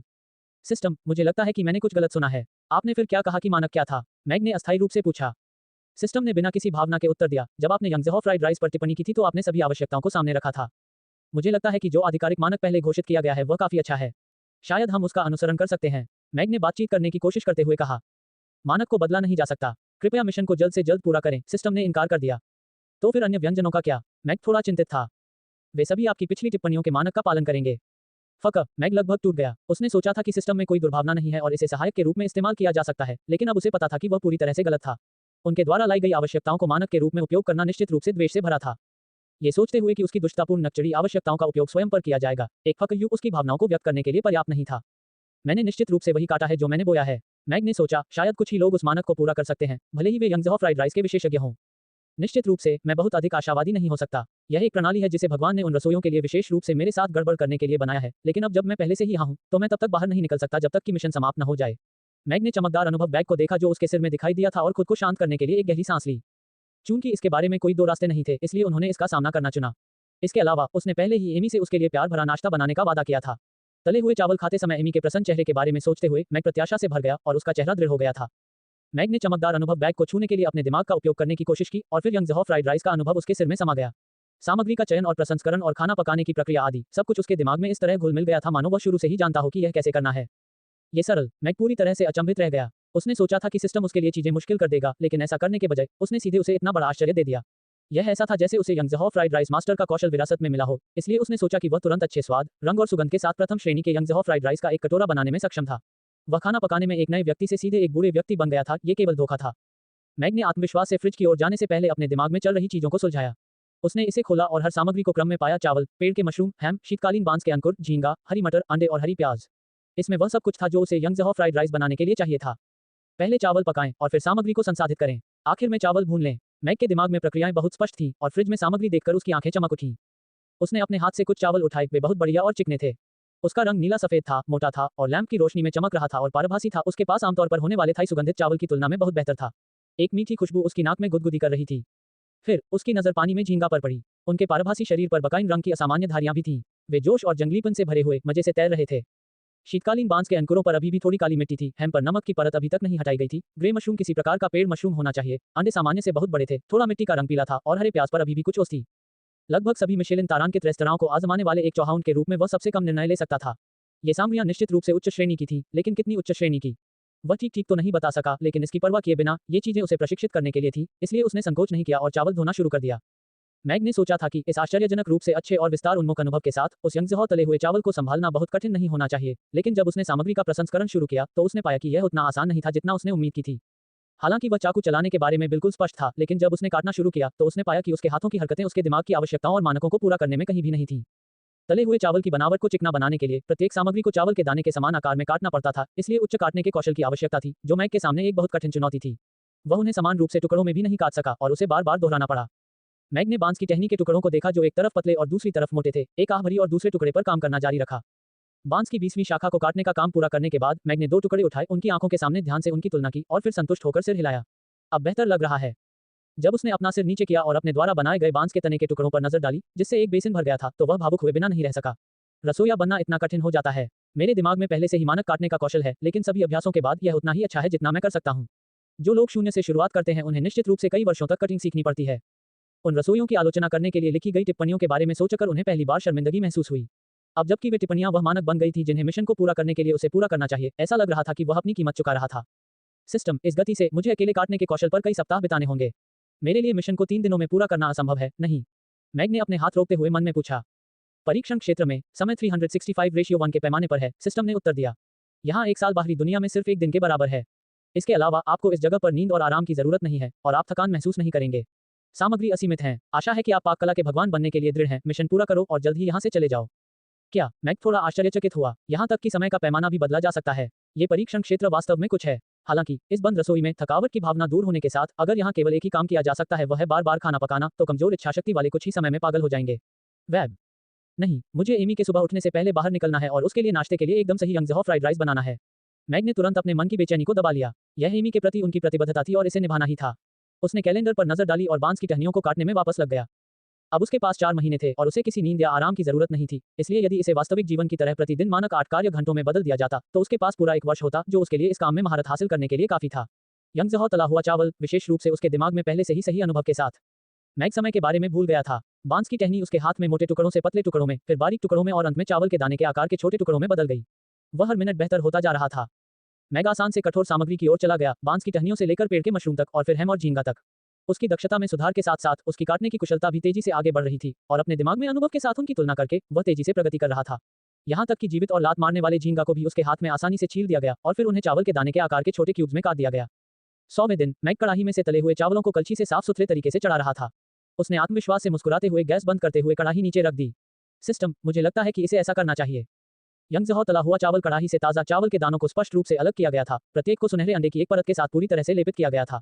हरी मटर, सफेद झींगा, ग्रे ट्री मशरूम, रेड हैम। विभिन्न रंगों वाली सामग्रियां एक साथ पूरी तरह से मिश्रित थीं और मिश्रित रंग बिल्कुल भी गड़बड़ नहीं था। इसके बजाय ये काफी जीवंत और सामंजस्यपूर्ण लगा। शीर्ष पर मुट्ठी भर कटा हुआ हरा प्याज था, जो पूर्णता को और भी अधिक परिपूर्ण बना रहा था। हर सामग्री की सुगंध एक साथ मिल गई और मैग की नाक में गुदगुदी हुई, जिससे वह थोड़ी सी लार निकलने लगा। सिस्टम कुछ देर के लिए चुप रहा और फिर कहा, पहले मेजबान के मानकों के अनुसार 1. चावल के दानों को स्पष्ट रूप से अलग किया जाना चाहिए, प्रत्येक को अंडे के साथ पूरी तरह से लेपित किया जाना चाहिए। हासिल किया गया। 2. रंग जीवंत और सामंजस्यपूर्ण होना चाहिए और भूख बढ़ाने वाला होना चाहिए। हासिल। 3. बनावट चिकनी होनी चाहिए, स्वाद स्वादिष्ट होना चाहिए और दृढ़ता मध्यम होनी चाहिए। ये सब स्वादिष्ट, चिकना और ताज़ा होना चाहिए। हासिल किया गया। 4. सुगंध कुछ हद तक आकर्षक और पहचानने योग्य होनी चाहिए। हासिल। सभी 4 मानकों को एक ही बार में हासिल कर लिया गया है। बधाई हो, आपने प्रामाणिक यंग ज़हो फ्राइड राइस में महारत हासिल कर ली है। मिशन पूरा हो गया है। आपको ताकत जोड़ 0.5 से पुरस्कृत किया गया है। इस बीच यंग ज़हो फ्राइड राइस के लिए सामग्री खरीदने का अधिकार अनलॉक है और इसी प्रकार मेल खाने वाले बर्तन का उपयोग करने का अधिकार भी है। मैग ने अपनी मुट्ठी जोर से भींच ली, उसके हृदय में उपलब्धि की भावना उत्पन्न हुई। उसने अपने सामने तले हुए चावलों को देखा और अचानक उसे रोने का मन हुआ। उसे याद नहीं आ रहा था कि आखिरी बार कब उसे यह एहसास हुआ था, कुछ हासिल करने के लिए इतनी मेहनत करने के बाद का एहसास। निश्चित रूप से लक्ष्य हासिल करने से लोगों को सबसे अच्छा महसूस हुआ। जैसा कि कहा जा रहा है, जिस बात ने उसे सबसे अधिक उत्साहित किया वह ये थी कि वह आखिरकार एमी को अच्छे स्वाद, रंग और सुगंध के साथ यंग ज़हो फ्राइड राइस का एक कटोरा बना सका। अपनी छोटी लड़की के खाने के प्यारे चेहरे के बारे में सोचकर वह प्रत्याशा से भर गया। सिस्टम, क्या मैं इसे आजमा सकता हूँ? उस तले हुए चावल को देखते हुए मैग, जिसे परीक्षण क्षेत्र में प्रवेश करने के बाद से बिल्कुल भी भूख नहीं लगी, उसे अचानक थोड़ी भूख लगी। सिस्टम ने उत्तर दिया, मेजबान को स्वचालित रूप से 5 मिनट में परीक्षण क्षेत्र से बाहर भेज दिया जाएगा। 5 मिनट काफी है। मैग ने रसोई की अलमारी से एक चम्मच निकालने और चावल को अपने मुंह में डालने से पहले कोई समय बर्बाद नहीं किया। बस कुछ ही चबाने से उसकी आंखें तुरंत चमक उठी। कटे हुए हरे प्याज और अंडे की खुशबू उसकी नाक को गुदगुदी कर रही थी। दाने के आकार के झींगा और हैम की बनावट बहुत चिकनी थी और अच्छी तरह से चबाने के बाद अंडे से लिपटे चावल का स्वाद मीठा था। हर सामग्री का स्वाद उसके मुंह में घुल गया और उसकी स्वाद कलिकाओं को गुदगुदी हुई। यहाँ तक कि जब सब कुछ निगल लिया गया तब भी उसका मुंह सुगंध से भरा हुआ था। ये स्वाद बिल्कुल अविश्वसनीय था। पहली बार उन्हें एहसास हुआ कि यंग ज़हो तला हुआ चावल इतना अच्छा हो सकता है। एक चम्मच कहीं भी पर्याप्त नहीं था। मैग ने कुछ ही समय में पूरी प्लेट खत्म कर दी, जैसे बवंडर बिखरे हुए बादलों को उड़ा ले जाता है। उसने आखिरी अंडे से लिपटे चावल के दाने को अपने मुंह में चाटा, संतुष्ट, लेकिन साथ ही वह कुछ सेकंड भी चाहता था। ये बहुत ही आकर्षक था। एमी को ये जरूर पसंद आएगा। जहां तक नॉर्लैंड महाद्वीप पर चौहाउंस का सवाल है, मुझे यकीन है कि कोई भी इसका विरोध करने में सक्षम नहीं है। चम्मच नीचे रखते हुए मैग को इस तले हुए चावल का सुखद स्वाद याद आया। 100 दिनों तक एक ही बात दोहराने से उनका अवसाद गायब हो गया। इसके बजाय वह काफी उत्साहित और तरोताजा महसूस कर रहा था। 5 मिनट जल्दी ही खत्म हो गए। अचानक मैग को अपनी आंखों पर एक सफेद रोशनी चमकती महसूस हुई और जब उसने उन्हें फिर से खोला तो वह पहले से ही अपने बिस्तर पर लेटा हुआ था। वह तुरंत उठ बैठा, अपना सिर घुमाया और देखा कि एमी अपने छोटे गुलाबी बिस्तर पर आराम से सो रही थी। ये देखकर उसकी स्वप्निल भावनाएं धीरे धीरे खत्म हो गईं। फिर उसने सुखद आश्चर्य के साथ अपने हाथों को देखा और अपनी मुट्ठियां भींच ली। ये परीक्षण क्षेत्र के समान ही महसूस हुआ। जो शरीर पहले एक मुट्ठी भी नहीं बांध पाता था, वह बहुत कुछ ठीक हो चुका था। अब उसे सामान्य गतिविधियों और खाना पकाने में कोई परेशानी नहीं थी। आखिरकार यह प्रणाली काफी विश्वसनीय है। मैग अपने बिस्तर से बाहर निकला, अपने हाथ फैलाए और रात्रि स्तंभ पर लगी अलार्म घड़ी पर नजर डाली। सुबह के 5 बज चुके थे। उसने अपना सिर नीचे किया और देखा कि उसके कपड़े गंदे थे, इसलिए वह अलमारी के पास गया और उसे खोला, लेकिन उसे अंदर एक शेफ के सूट और एक छोटी लड़की के कपड़ों के अलावा कुछ नहीं मिला। शेफ के सूट में साफ काले बटनों की 2 पंक्तियों वाली एक सफेद शर्ट, काले स्लैक्स की एक जोड़ी, काली और सफेद धारियों वाला एक एप्रन और काले फ्लैट जूते की एक जोड़ी शामिल थी। लड़की के कपड़ों में एक काली पोशाक, एक जोड़ी पैंटीहोज और एक जोड़ी छोटे सफेद जूते शामिल थे। सब साफ और सरल था। मैग अपना सूट बाथरूम में ले गया और अच्छी तरह नहाया। फिर उसने अपने जंगली लंबे घुंघराले भूरे बालों को छोटा और साफ करने के लिए कैंची का इस्तेमाल किया। उसकी मूंछें भी कैंची से काट दी गईं और फिर साफ कर दी गईं, केवल फीकी मूंछें रह गईं। अब ये और अधिक पसंद आ गया है। अपने कोणीय चेहरे को छूते हुए मैग ने खुद को दर्पण में देखा, जो पूरी तरह से बदल गया था, और मुस्कुराया। थोड़ी सी सफाई के बाद वह सफलतापूर्वक एक गंदे बेघर आदमी से एक परिपक्व और सुंदर आदमी में बदल गया था। अब वह बिल्कुल अपने पिछले स्वरूप जैसा ही दिखता था, केवल आकार ही भिन्न था। उसका दुबला पतला शरीर अभी बहुत कमजोर और नाजुक लग रहा था। अब से उसे बहुत खाना पड़ेगा और खूब वर्कआउट करना पड़ेगा। अपनी छोटी आत्ममुग्ध यात्रा के बाद मैग उस शेफ के सूट में बदल गया। थोड़ी सी सफाई करने पर वह दर्पण में कुछ शेफ जैसा दिखने लगा। हेलो मैग, मैग ने दर्पण में गंभीर दृष्टि से खुद से कहा, लेकिन दोबारा सोचने पर वह न चाहते हुए भी मुस्कुराया। या मुझे तुम्हें एलेक्स कहकर बुलाना चाहिए। मैग ने बाथरूम साफ किया, एमी पर नजर डाली, जो अभी भी नींद में थी, और फिर उसने छोटी पोशाक, पैंटीहोज और उसके सफेद जूते बिस्तर के एक तरफ रख दिए। इस पोशाक में बेहद प्यारी एमी की तस्वीर खींचते समय मैग खुशी से मुस्कुराए बिना नहीं रह सका। बाहर जाते समय उसने बच्चों के लिए कपड़े धोने का सामान लिया, दरवाजा खोला और धीरे से नीचे चला गया। मैग इस रसोई से अधिक परिचित नहीं हो सका। खाना पकाने की बेंच जिसमें कल रात कोई बर्तन नहीं था, अब यंगज़हॉ फ्राइड राइस बनाने के लिए आवश्यक सभी चीजों से सुसज्जित थी। उसने फ्रिज खोला और अंदर सभी आवश्यक सामग्रियां पाईं और फ्रिज के बगल में कांच के टैंक में झींगा मजे से तैर रहे थे। लगभग समय के साथ मैंने अपना असली खाना पकाने का कौशल दिखाया और एमी को एक पसंदीदा नाश्ता बनाया। मग ने हाथ धोए और चावल धोने लगा। पिता। कुछ ही समय बाद दूसरी मंजिल पर एमी नींद में करवट बदल गई, लेकिन उसे हमेशा की तरह अपने पिता का शव पास में महसूस नहीं हुआ। उसने अपनी भारी पलकें खोली, उठ बैठी, अपरिचित कमरे की ओर देखा और बहुत देर तक वहीं बैठी रही। फिर उसे याद आया कि यह वही नया घर था जिसे उसके पिता ने कल रात बनाया था, लेकिन बड़े बिस्तर पर उसके पिता अब कहीं नहीं थे, इसलिए वह थोड़ी चिंतित हो गई और छोटी सी रेलिंग पकड़कर उठने की कोशिश करने लगी। हालांकि आधे रास्ते में ही वह बिस्तर के किनारे पर काली पोशाक से आकर्षित हो गई। उसकी आंखें चमक उठी और उसने सुखद आश्चर्य के साथ छोटी पोशाक उठाई और उसे अपने चेहरे पर रगड़ा। ये बहुत नर्म और चिकनी महसूस हुई। वह खुशी से बड़बड़ाई, पिताजी ने मेरे लिए यह पोशाक बनाई होगी। ये बहुत सुंदर है, एमी को ये बहुत पसंद है। मैग को नहीं पता था कि उसकी छोटी लड़की जाग गई है। उसने चावल को राइस कुकर में डाला, जिसकी पावर बहुत तेज थी और कुछ ही देर में चावल तैयार हो गया। फिर उसने इसे कुकर से हटा दिया। चावल के दाने स्पष्ट रूप से अलग हो गए थे, भले ही वे अभी पके थे, सभी चमकदार और पारभासी थे और एक सुखद सुगंध थी। मैग बड़बड़ाए बिना नहीं रह सका, ये चावल क्या है? मुझे लगता है कि मैं इसके 2 कटोरे खा सकता हूँ, भले ही यह सिर्फ सादा चावल ही क्यों ना हो। झींगा भी बहुत अच्छे थे, अगर इन्हें केवल पानी में उबाला जाए तो भी शायद स्वाद बहुत स्वादिष्ट होगा। मैग ने यंगज़हॉ तले हुए चावल के एक कटोरे के लिए प्रत्येक सामग्री की आवश्यक मात्रा ली और उन्हें साफ धो दिया। जैसे ही उसने रसोई का चाकू पकड़ा, उसका चेहरा बहुत गंभीर हो गया। ये वही था जो उसने परीक्षण क्षेत्र में सीखा था। खाना पकाने के लिए पूर्ण समर्पण की आवश्यकता होती है। यह एक ऐसा दृष्टिकोण है जो हर रसोई में होना चाहिए। मैग ने चीनी शेफ के चाकू को कुशलता से चलाया। चाहे वह कुरकुरा और युवा शीतकालीन बांस की टहनी हो या कठोर खोल वाली झींगा, वे सभी बाद में उपयोग के लिए समान अनाज बनने लगे थे। हजारों बार काटने का अभ्यास करने के बाद वह बहुत कुशल हो गया था। निस्संदेह किसी भी रसोइये के पास इन चीजों को काटने के अपने कौशल का अभ्यास करने का अवसर नहीं था। मैग ने कड़ाही में थोड़ा तेल डाला और फिर हर सामग्री को उचित क्रम में डाला। एक तेज सुगंध पूरी रसोई में फैल गई, दरवाजे से बाहर निकल गई और बंद दरवाजे से होते हुए सीढ़ियों तक पहुंच गई और फिर शयन कक्ष में चली गई, जिसका दरवाजा थोड़ा खुला हुआ था। बिस्तर पर बैठी एमी उस नई पोशाक में खिलखिला रही थी जिसे उसने बड़ी मेहनत से खुद से बदला था। ये पहली बार था कि उसने इतनी सुंदर पोशाक पहनी थी। यह इतना आरामदायक था और धीरे से उसके शरीर को छू गया, जैसे कि उसने बादल के कपड़े पहने हों, रोएदार फिर भी गर्म। फिर एमी ने उस सुगंध को सूंघा और उसकी बड़ी बड़ी नीली आंखें, जो पहले थोड़ी उनींदी थी, तुरंत चमक उठी। उसने गहरी सूंघी और कहा, मम्मा, कितनी अच्छी खुशबू है। शायद पिताजी कुछ स्वादिष्ट बना रहे हैं। अपनी आंखों में लंबे मोजे की तरह दिखने वाली पैंटीहोज पहनने का समय नहीं होने पर एमी जल्दी से अपने बिस्तर से उतरी, अपने सफेद जूते पहने और अपने छोटे पैरों पर दरवाजे की ओर भागी। जब एमी ने दरवाजा खोला तो सुगंध और भी तेज हो गई। उसने अपनी लार निगल ली, जबकि उसका छोटा पेट चिल्लाने लगा। उसने पहले कभी इस तरह की सुगंध महसूस नहीं की थी। यहाँ तक कि चौक के किनारे पर भुने हुए गूज रेस्तरां की गंध भी इस रेस्तरां की तुलना में आधी भी अच्छी नहीं थी। जब वह नीचे गई तो उसके कदम और भी हल्के हो गए। वह चाहती थी कि वह उड़कर रसोई में जाए और देखे कि उसके पिता क्या बना रहे हैं। एमी रसोई में चली गई। इसकी खुशबू बहुत अच्छी है। पिताजी, आप क्या बना रहे हैं? इससे पहले कि वह अपनी बात पूरी कर पाती, उसने सादे और सादे शेफ के सूट में काले और सफेद धारियों वाले मैग की पीठ देखी और उसने देखा कि उसके लंबे घुंघराले बाल और मूंछें थीं। चले गए थे। एमी अवाक रह गई। उसकी नीली आंखें खुली हुई थीं और आश्चर्य से भरी हुई थीं। यह, पिताजी। मैग ने कुछ शोर सुना और थोड़ा आश्चर्य से दरवाजे की ओर देखा। एमी पहले से ही जाग रही है। उनकी छोटी लड़की ने काली गौथिक पोशाक पहन ली थी और उन पर छोटी गुलाबी तितलियों के साथ सफेद जूते की एक जोड़ी पहन रखी थी। एक रात की नींद के बाद उसके चिकने चांदी के बालों के बीच एक कहोगे एक प्रकट हुआ था। उसका आश्चर्यचकित चेहरा और थोड़ा खुला मुंह बहुत प्यारा और सुंदर था। ऐसा लग रहा था जैसे वह उनके वर्तमान लुक से हैरान थी। मैग मुस्कुराया और कहा, क्यों, बस एक रात की नींद और तुम अब पिता को नहीं पहचानते? एमी ने अपनी आंखें झपकाईं और खुशी से चिल्लाई, ये वास्तव में पिता हैं। पिता के लंबे घुंघराले बाल छोटे और अच्छे दिखने लगे हैं, रोएंदार मूंछें चली गई हैं, उनके कपड़े साफ सुथरे हो गए हैं और उनके चेहरे पर मुस्कान बहुत गर्म और सुखद है। इससे भी महत्वपूर्ण बात यह है कि पिता किसी विशालकाय व्यक्ति की तरह लंबे हो गए हैं। उसकी सीधी पीठ एक बड़े पेड़ की तरह दिखती है। ऐसा लगता है कि पिता लंबे हो गए हैं, एक बड़े पेड़ जितना लंबा और बेहतर दिखने वाले। बहुत सुंदर। एमी खुशी से मैग के करीब आ गई। वेब, मैं लंबा हूँ। मैग ने अपना सिर नीचे किया और खुद पर नजर डाली। शायद ऐसा इसलिए है क्योंकि मैंने अपनी झुकी हुई पीठ को सीधा कर लिया है और फिट और कड़े कपड़े पहन लिए हैं। अवश्य ही इसीलिए मैं लंबा दिखता हूँ। निश्चित रूप से बेहतर दिखने से मुझे खुशी मिलती है। और जैसा कि मैंने उम्मीद की थी, छोटी लड़कियों को साफ सुथरे परिपक्व पुरुष पसंद आते हैं। जल्द ही छोटी लड़की उस कड़ाही से आकर्षित हो गई जिस पर मैग काम कर रहा था। वह अपने पंजों के बल खड़ी होकर अंदर देखने की कोशिश करने लगी और आश्चर्य से पूछा, लेकिन पापा, कड़ाही में क्या है? इसकी गंध इतनी अच्छी क्यों है और भुने हुए हंस से भी बेहतर? एमी भूखी है। ये यंगज़हॉ तला हुआ चावल है। हम इसे नाश्ते में खाएंगे। ऊपर एक गुलाबी टूथब्रश और एक कप है। एमी, जाओ अपने दांत ब्रश करो और अपना चेहरा धो लो। जब तुम समाप्त कर लोगी, नाश्ता भी तैयार हो जाएगा। ठीक है, मैग ने मुस्कुराते हुए कहा। उन्होंने अपनी आवाज को नर्म बनाने की कोशिश की। अपने पिछले जीवन में वह दूसरों के प्रति बेहद उदासीन था और बोलते समय कभी मुस्कुराता नहीं था। अब वह खुद को एक सौम्य और दयालु पिता बनने के लिए ढालने की कोशिश कर रहा था। वह एमी को सर्वोत्तम जीवन देना चाहता था। ठीक है, एमी ने आज्ञाकारी ढंग से सिर हिलाया और अनिच्छा से टूथब्रश और कप की ओर बढ़ने से पहले कड़ाही में एक बार फिर नजर डाली। फिर उसने मैग के मार्गदर्शन में पहली बार अपने दांत ब्रश किए। मैग ने चावल सावधानी से पकाया। जब ये हो गया तो उसने गैस बंद कर दी और चावल को कड़ाही से हटा दिया। चमकीले रंग के यंगज़हॉ तले हुए चावल की एक प्लेट तैयार थी। एमी ने अभी अभी अपने दांत ब्रश किए थे और जल्दी से मैग के पास भागी। अलग अलग रंगों को एक साथ मिश्रित यंगज़हॉ फ्राइड राइस को देखकर उसकी आंखें तुरंत चमक उठी। वाह, ये बहुत सुंदर है। पिता बहुत अद्भुत हैं। उसने उसकी दिल खोलकर प्रशंसा की। हाँ मैं सहमत हूँ। मैग ने सिर हिलाया। उपलब्धि की जबरदस्त भावना महसूस करते हुए वह मुस्कुराए बिना नहीं रह सका। एमी गंध लेने के लिए आगे की ओर झुकी और फिर अपनी लार निगलने से खुद को नहीं रोक सकी। उसने मैग की ओर देखा और चिल्लाई, इसकी खुशबू बहुत अच्छी है पिताजी। एमी यंग जहॉ फ्राइड राइस खाना चाहती है। एमी को एक बिगड़ेल बच्चे की तरह व्यवहार करते देख मैग का दिल लगभग पिघल गया। वह बहुत बुरी तरह कहना चाहता था, ये सब तुम्हारा है, लेकिन उसने अपने शब्दों को रोक लिया। उसने उसके मुंह के कोने से झाग पोंछा और अपना सिर हिलाया। अभी नहीं, अब से खाना खाने से पहले तुम्हें अपने हाथ धोने होंगे। तो फिर जल्दी करो पिताजी। एमी ने मैग का हाथ पकड़ा और उसे सिंक की ओर खींच लिया। मैग ने भौहें उठाई, ऐसा लग रहा था कि कुछ गड़बड़ है। छोटी सी बात उसे नापसंद हो गई। एमी के हाथ धोने के बाद मैग तले हुए चावल को मेज पर ले गया जो उन्होंने कल इस्तेमाल किया था।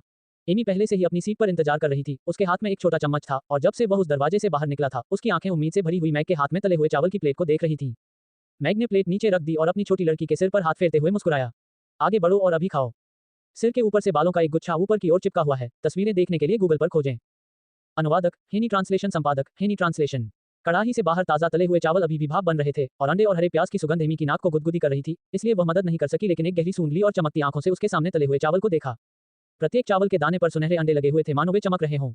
इसके अलावा सिर्फ सुनहरा रंग ही नहीं, हरा, लाल, सफेद, कई रंग एक साथ मिले हुए थे। एमी लार निगलने से खुद को नहीं रोक सकी। उसने मैग की ओर देखा और आश्चर्य से पूछा, पिताजी, क्या आपने इंद्रधनुष का हुक खोलकर उसे पकाया है? क्या? मैग अभी उसके सामने बैठा था और उसकी बातों से आश्चर्यचकित हो गया। उसने बहुरंगी तले हुए चावल पर नजर डाली। यह एक टूटे हुए इंद्रधनुष की तरह लग रहा था। बचपना सचमुच दुनिया की सबसे दिलचस्प चीज थी। मैग ने मुस्कुराते हुए सिर हिलाया। हाँ, ये रेनबो फ्राइड राइस है। आगे बढ़ो और इसे आजमाओ एमी। नहीं, पापा को पहले चखना होगा, फिर मैं खाऊंगा। एमी ने अपना सिर हिलाया और तले हुए चावल का एक पूरा चम्मच चम्मच से खाया और थोड़ा जोर देकर उसे मैग को सौंप दिया। आप पहले खा सकते हैं एमी। पिताजी को भूख नहीं है। मैं बाद में कुछ और बनाऊंगा। मैग ने मुस्कुराते हुए अपना सिर हिलाया। नहीं, पापा एमी के लिए नाश्ता बनाने के लिए इतनी जल्दी उठ गए तो तुम्हें मुझसे ज्यादा भूख लग रही होगी। एमी चिल्लाई। उसने चम्मच ऊपर उठाया और वह थोड़ा सा हिल गया क्योंकि उसमें थोड़ी सी ताकत थी, लेकिन उसका उसे वापस लेने का बिल्कुल भी इरादा नहीं था। तो ठीक है, मैं पहले इसका एक चम्मच खाऊंगा। मैग मुस्कुराया और चम्मच से चावल खा लिया। उसके मुंह में स्वादिष्ट तले हुए चावल के साथ उसके दिल में एक गर्म एहसास भर गया। उसकी छोटी लड़की पहले भी कई बार चुपके से अपनी लार निगल चुकी थी, लेकिन फिर भी उसने जिद की कि उसे पहले खाना चाहिए। इसकी परवाह करना बहुत अच्छा लगा। तो फिर मैं अब खाना शुरू करूंगा। एमी ने खुशी खुशी अपना चम्मच वापस ले लिया, एक और चम्मच चम्मच से डाला और गंभीरता से चावल को देखा। मुझे क्षमा करें इंद्रधनुष, लेकिन मुझे अब तुम्हें खाना होगा। मैग अनजाने में मुस्कुराया। छोटी सी चीज बहुत मासूम थी। उसने अपनी ठुड्डी को एक हाथ पर टिकाया और एमी की ओर देखा, उम्मीद से भरा हुआ और थोड़ा घबराया हुआ। उसने सोचा कि यह तला हुआ चावल बहुत स्वादिष्ट है, फिर भी आखिरकार ये पृथ्वी का एक प्रकार का भोजन था और इस दुनिया के व्यंजनों से बिल्कुल अलग था। उसे यकीन नहीं था कि एमी को ये पसंद आएगा या उसे इस स्वाद की आदत हो जाएगी। जैसे ही उसने चावल मुंह में डाला उसकी आंखें चमक उठीं। उसके चांदी के बालों से आधे ढके हुए छोटे छोटे नुकीले कान थोड़े हिले। नरम चावल को स्वादिष्ट अंडे, नरम झींगा, नमकीन हैम, मीठे पेड़ के मशरूम और कुरकुरा सर्दियों के बांस के अंकुरों द्वारा लेपित किया गया था। सभी स्वादिष्ट स्वाद इस एक चम्मच चावल में पूरी तरह से मिश्रित थे। बनावट बहुत चिकनी थी और तेज और मीठा स्वाद उसके मुंह में पिघल गया। इसे शब्दों में बयां करना बहुत अच्छा था। इस तले हुए चावल की तुलना में उसे पैनकेक, जो उसका पसंदीदा था, एक पत्थर की तरह महसूस हुआ। यह उसके लिए कुछ भी नहीं रह गया था और शायद वह अब इसे नहीं खाएगी। पहले चम्मच के बाद वह दूसरा चम्मच लेने से खुद को रोक नहीं सकी। एक के बाद एक चम्मच, वह अपने हाथों को रोक नहीं पाए। अब से अधिक खुशी कभी महसूस नहीं कर रही थी। इंद्रधनुष तला हुआ चावल बहुत अच्छा है। पिता बहुत अद्भुत हैं। मौका मिलने पर एमी यह कहना नहीं भूली, हालांकि उसकी नजर पूरे समय प्लेट पर ही टिकी रहती थी। उसके बाद वह अपना पेट भरती रही और आधे रास्ते में रुककर सांस लेने का बिल्कुल भी इरादा नहीं किया। धीरे करो, अपना समय लो, मैग ने कहा। वह खड़ा हुआ, एक गिलास पानी डालने गया और उसके बगल में रख दिया। अपनी लड़की के छोटे छोटे नुकीले कानों के मनमोहक झटकों को देखकर मैग संतुष्ट होकर मुस्कुराया। एमी की प्रतिक्रिया ने सब कुछ कह दिया। वह इस तले हुए चावल से बहुत संतुष्ट थी।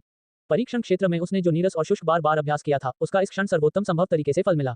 उसे खाते हुए देखने मात्र से ये सब सार्थक हो गया।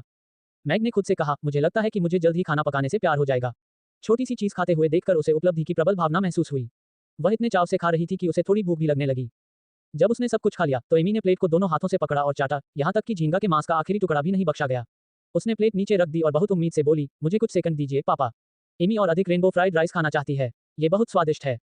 सेकंड। मैग थोड़ा आश्चर्यचकित हुआ और उसने खाली प्लेट पर नजर डाली। जो राशि उसने उसे दी थी वह एक वयस्क के लिए एक हिस्सा था और एमी ने न केवल सब कुछ खा लिया था, बल्कि वह और भी अधिक चाहती थी।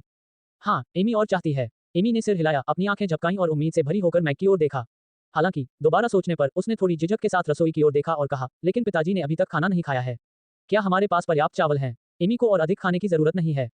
जरूर, हमारे पास बहुत सारे चावल हैं। और एमी के तले हुए चावल को उसके पिता ने एक और खाया था। शायद यही कारण है कि एमी अभी भी भूखी है। मैं कुछ और बनाऊंगा और एमी के साथ खाऊंगा, ठीक है? मैग ने मुस्कुराते हुए एमी के बालों को रगड़ा। छोटी सी बात हमेशा उसके बारे में सोचती रहती थी, इसलिए विचारशील थी। मैग ने अपनी स्मृति में खोज की और पाया कि एमी एक वयस्क की तरह 2 कटोरे भोजन खा सकती थी, भले ही वह केवल 4 वर्ष की थी। इसके अलावा ये पहली बार था कि उसने इतना स्वादिष्ट तला हुआ चावल खाया था, इसलिए ये काफी समझ में आता है कि वह कुछ सेकंड चाहेगी। फिर भी मैग नहीं चाहता था कि उसे भरपेट खाना दिया जाए। अभी सुबह ही हुई थी, इसलिए उसने उसे आधा कटोरी चावल देने का फैसला किया। ठीक है, पापा ने आज बहुत अच्छा खाना बनाया है। एमी ने ताली बजाते हुए मैग की ओर देखा, उसकी आंखें आराधना से भरी थीं। मैग खड़ा हुआ, मेज साफ की और रसोई में जाने के लिए तैयार हुआ। तभी अचानक सिस्टम की आवाज आई, मुफ्त में सामग्री का उपयोग करने का बोनस खत्म हो गया है। अब से आपूर्ति की गई प्रत्येक सामग्री प्रणाली के लिए आपको इसका उपयोग करने से पहले भुगतान करना होगा। निम्नलिखित मूल्य सूची है, कृपया जांच लें। वेतन। मैग अचंभित रह गया और उसे अचानक याद आया कि जब वह परीक्षण क्षेत्र में था, अपना मिशन कर रहा था, तो सिस्टम ने वास्तव में सामग्री खरीदने के अधिकार के बारे में कुछ उल्लेख किया था। हालांकि उस समय वह तले हुए चावल पर इतना अधिक ध्यान केंद्रित कर रहा था कि उसे इसकी कोई परवाह नहीं थी। उसने सोचा था कि सामग्री सिस्टम द्वारा मुफ्त में आपूर्ति की गई थी और उसने उनके लिए भुगतान करने की उम्मीद नहीं की थी। मैग शांत हुआ और मूल्य सूची को देखा, लेकिन उसकी आंखें तुरंत सदमे से खुल गईं।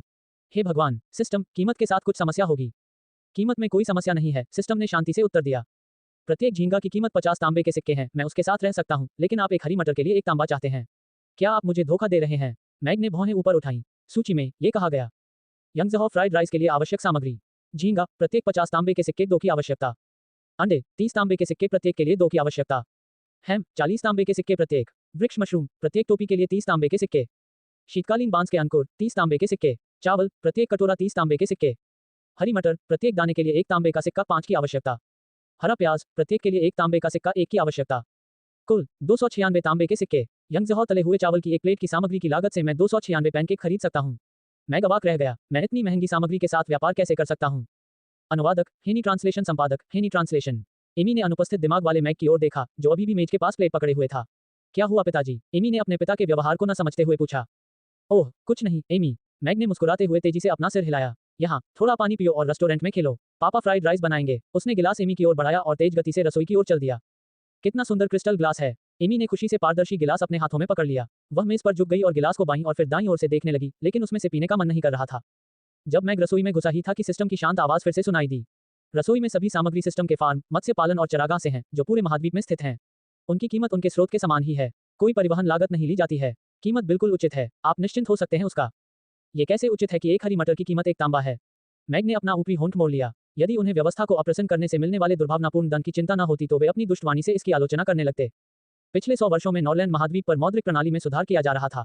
प्रजातियों के बीच युद्ध के समय व्यापार मुख्य रूप से वस्तु विनिमय के माध्यम से किया गया था और शांति संधि पर हस्ताक्षर किए जाने के बाद अर्थव्यवस्था विकसित हो रही थी और मुद्रा फिर से उभरी थी। बहुत कड़ी प्रतिस्पर्धा और प्रतिद्वंद्विता के बाद रोथ साम्राज्य द्वारा जारी की गई मुद्रा अपनी प्रचुर आपूर्ति, उचित विनिमय दर, उच्च स्थिरता, कठिन अवमूल्यन और सार्वभौमिक लोकप्रियता के कारण शीर्ष पर आ गई। सबसे बेकार मुद्रा तांबे के सिक्के थे। मैग ने अपनी स्मृति में खोज की और पाया कि इस कैश शहर में तांबे के सिक्के की क्रय शक्ति कमोबेश 1 युआन के बराबर थी। 10 तांबे के सिक्कों को 1 चांदी के सिक्के में बदला जा सकता था, 10 चांदी के सिक्के 1 सोने के सिक्के के बराबर थे और 10 सोने के सिक्के 1 ड्रैगन सिक्के के बराबर थे। यदि यह उसका पिछला जीवन होता तो यंगज़हॉ फ्राइड राइस का एक कटोरा जिसकी कीमत 296 युआन होती, उसके लिए कुछ भी नहीं होता, लेकिन अब वह इस रेस्तरां का मालिक था। अकेले सामग्री की कीमत उसे 296 तांबे के सिक्कों जितनी थी, तो क्या उसे यंगज़हॉ फ्राइड राइस को 500 तांबे के सिक्कों में बेचना चाहिए? यदि ऐसा है, तो ग्राहक उसके टुकड़े टुकड़े कर सकते हैं। आखिरकार इस अराजक शहर में सभी प्रकार की प्रजातियां रह रही थीं। हरी मटर ट्वाइलाइट फॉरेस्ट के आंतरिक भाग में एक निर्जन मैदान से आती है, जो ओक से संबंधित है। वहां सूरज की रोशनी हर दिन 16 घंटे तक मौजूद रहती है। हरी मटर का प्रत्येक सिर केवल 100 अनाज पैदा कर सकता है, जिसमें केवल 10 सर्वोत्तम अनाजों को बेचने के लिए चुना जाता है। उनका स्वाद मीठा होता है और वे बहुत पौष्टिक होते हैं। झींगा रोथ साम्राज्य के उत्तर पूर्व में स्टारो सागर से आते हैं। वे बैंगनी धारीदार झींगा हैं जो केवल सोरो द्वीपों पर मौजूद हैं। वहां का पानी बहुत जटिल है और सायरन का अड्डा है। वहां अभी तक किसी भी इंसान ने मछली नहीं पकड़ी है। केवल 100,000 झींगा हैं प्रत्येक वर्ष उत्पादित होते हैं। इनका मांस बहुत स्वादिष्ट होता है। चावल पवन वन के आंतरिक मैदान से आता है, जो कल्पित बौनों का है। इसे जीवन के झरने की भूमिगत शाखा द्वारा सिंचित किया जाता है। कोई रासायनिक उर्वरक या कीटनाशक का उपयोग नहीं किया जाता है। प्रत्येक म्यू एक चीनी इकाई है। क्षेत्र 1 म्यू 0.165 एकड़ के बराबर है। 1 एकड़ लगभग 4000 मीटर वर्ग है। भूमि से केवल 300 जिन एक चावल पैदा किया जा सकता है। अल्पविराम। मैग ने उन स्थानों के नाम सुने जो एक एक करके सिस्टम के मुंह से दूर दूर थे और सभी प्रकार की अजीब खेती और प्रजनन के तरीके भी। उसका मुंह धीरे धीरे चौड़ा हो गया। ऑक्स की भूमि में हरी मटर की खेती को छोड़कर, जिनकी क्षेत्रीय चेतना इतनी मजबूत थी, सोरो द्वीप समूह के पास का स्थान संभवतः पृथ्वी पर बरमूडा की तरह कमोबेश घातक जल के रूप में प्रसिद्ध था। लोगों ने कहा कि विशाल ड्रैगन भी इसमें खो जाएंगे और सिस्टम उन पानी में झींगा पाल रहा था। वेब। जहां तक जीवन के झरने की बात है, ये कल्पित बौनों का पवित्र झरना था और प्रणाली इसका उपयोग सिंचाई के लिए कर रही थी। हालांकि पानी केवल एक भूमिगत शाखा से निर्देशित होता था, फिर भी यह इतना अपव्यय था कि शायद कल्पित बौने ने स्वयं इसका प्रयास नहीं किया था। दूसरों की तरह पेड़ के मशरूम को राक्षसों के भूत द्वीपों पर स्वदेशी रूप से लगाया गया था। हैम छाया सुअरों से बनाया गया था, जो केवल वन ट्रॉल्स की भूमि में मौजूद थे। शीतकालीन बांस के अंकुर विक पर्वत पर काली मिट्टी से खोदे गए थे, जो कि भूतों की पवित्र भूमि थी। अंडे इस इनकेसल के पास हेनरी में उत्पादित किए गए थे, जो बौनों का निवास स्थान था। यहाँ तक कि हरे प्याज को लॉर्ड मेरे हाबर के पास खारे क्षार वाले खेत में लगाया गया था। उनका स्वाद सामान्य प्याज की तुलना में बेहतर बताया गया था। मैग के पूर्ववर्ती रोथ साम्राज्य के अग्रणी जनरल थे, इसलिए वह महाद्वीप के परिदृश्य और महत्वपूर्ण क्षेत्रों के बारे में बहुत अच्छी तरह से जानते थे। उन्हें अपने पिछले जीवन में अपना पारिवारिक व्यवसाय विरासत में नहीं मिला था, लेकिन बड़े होते हुए वे इससे बहुत प्रभावित हुए, इसलिए अपनी यादों के साथ तुलना करके वे आसानी से यह पता लगा सकते थे कि ये सामग्रियां वास्तव में कितनी कीमती थीं। क्या बैंगनी धारीदार झींगा जिसकी कीमत 50 तांबे के सिक्के थे, क्या महंगे थे? नहीं, भले ही कीमत 10 गुना बढ़ गई हो, मैक को यह महंगा नहीं लगेगा।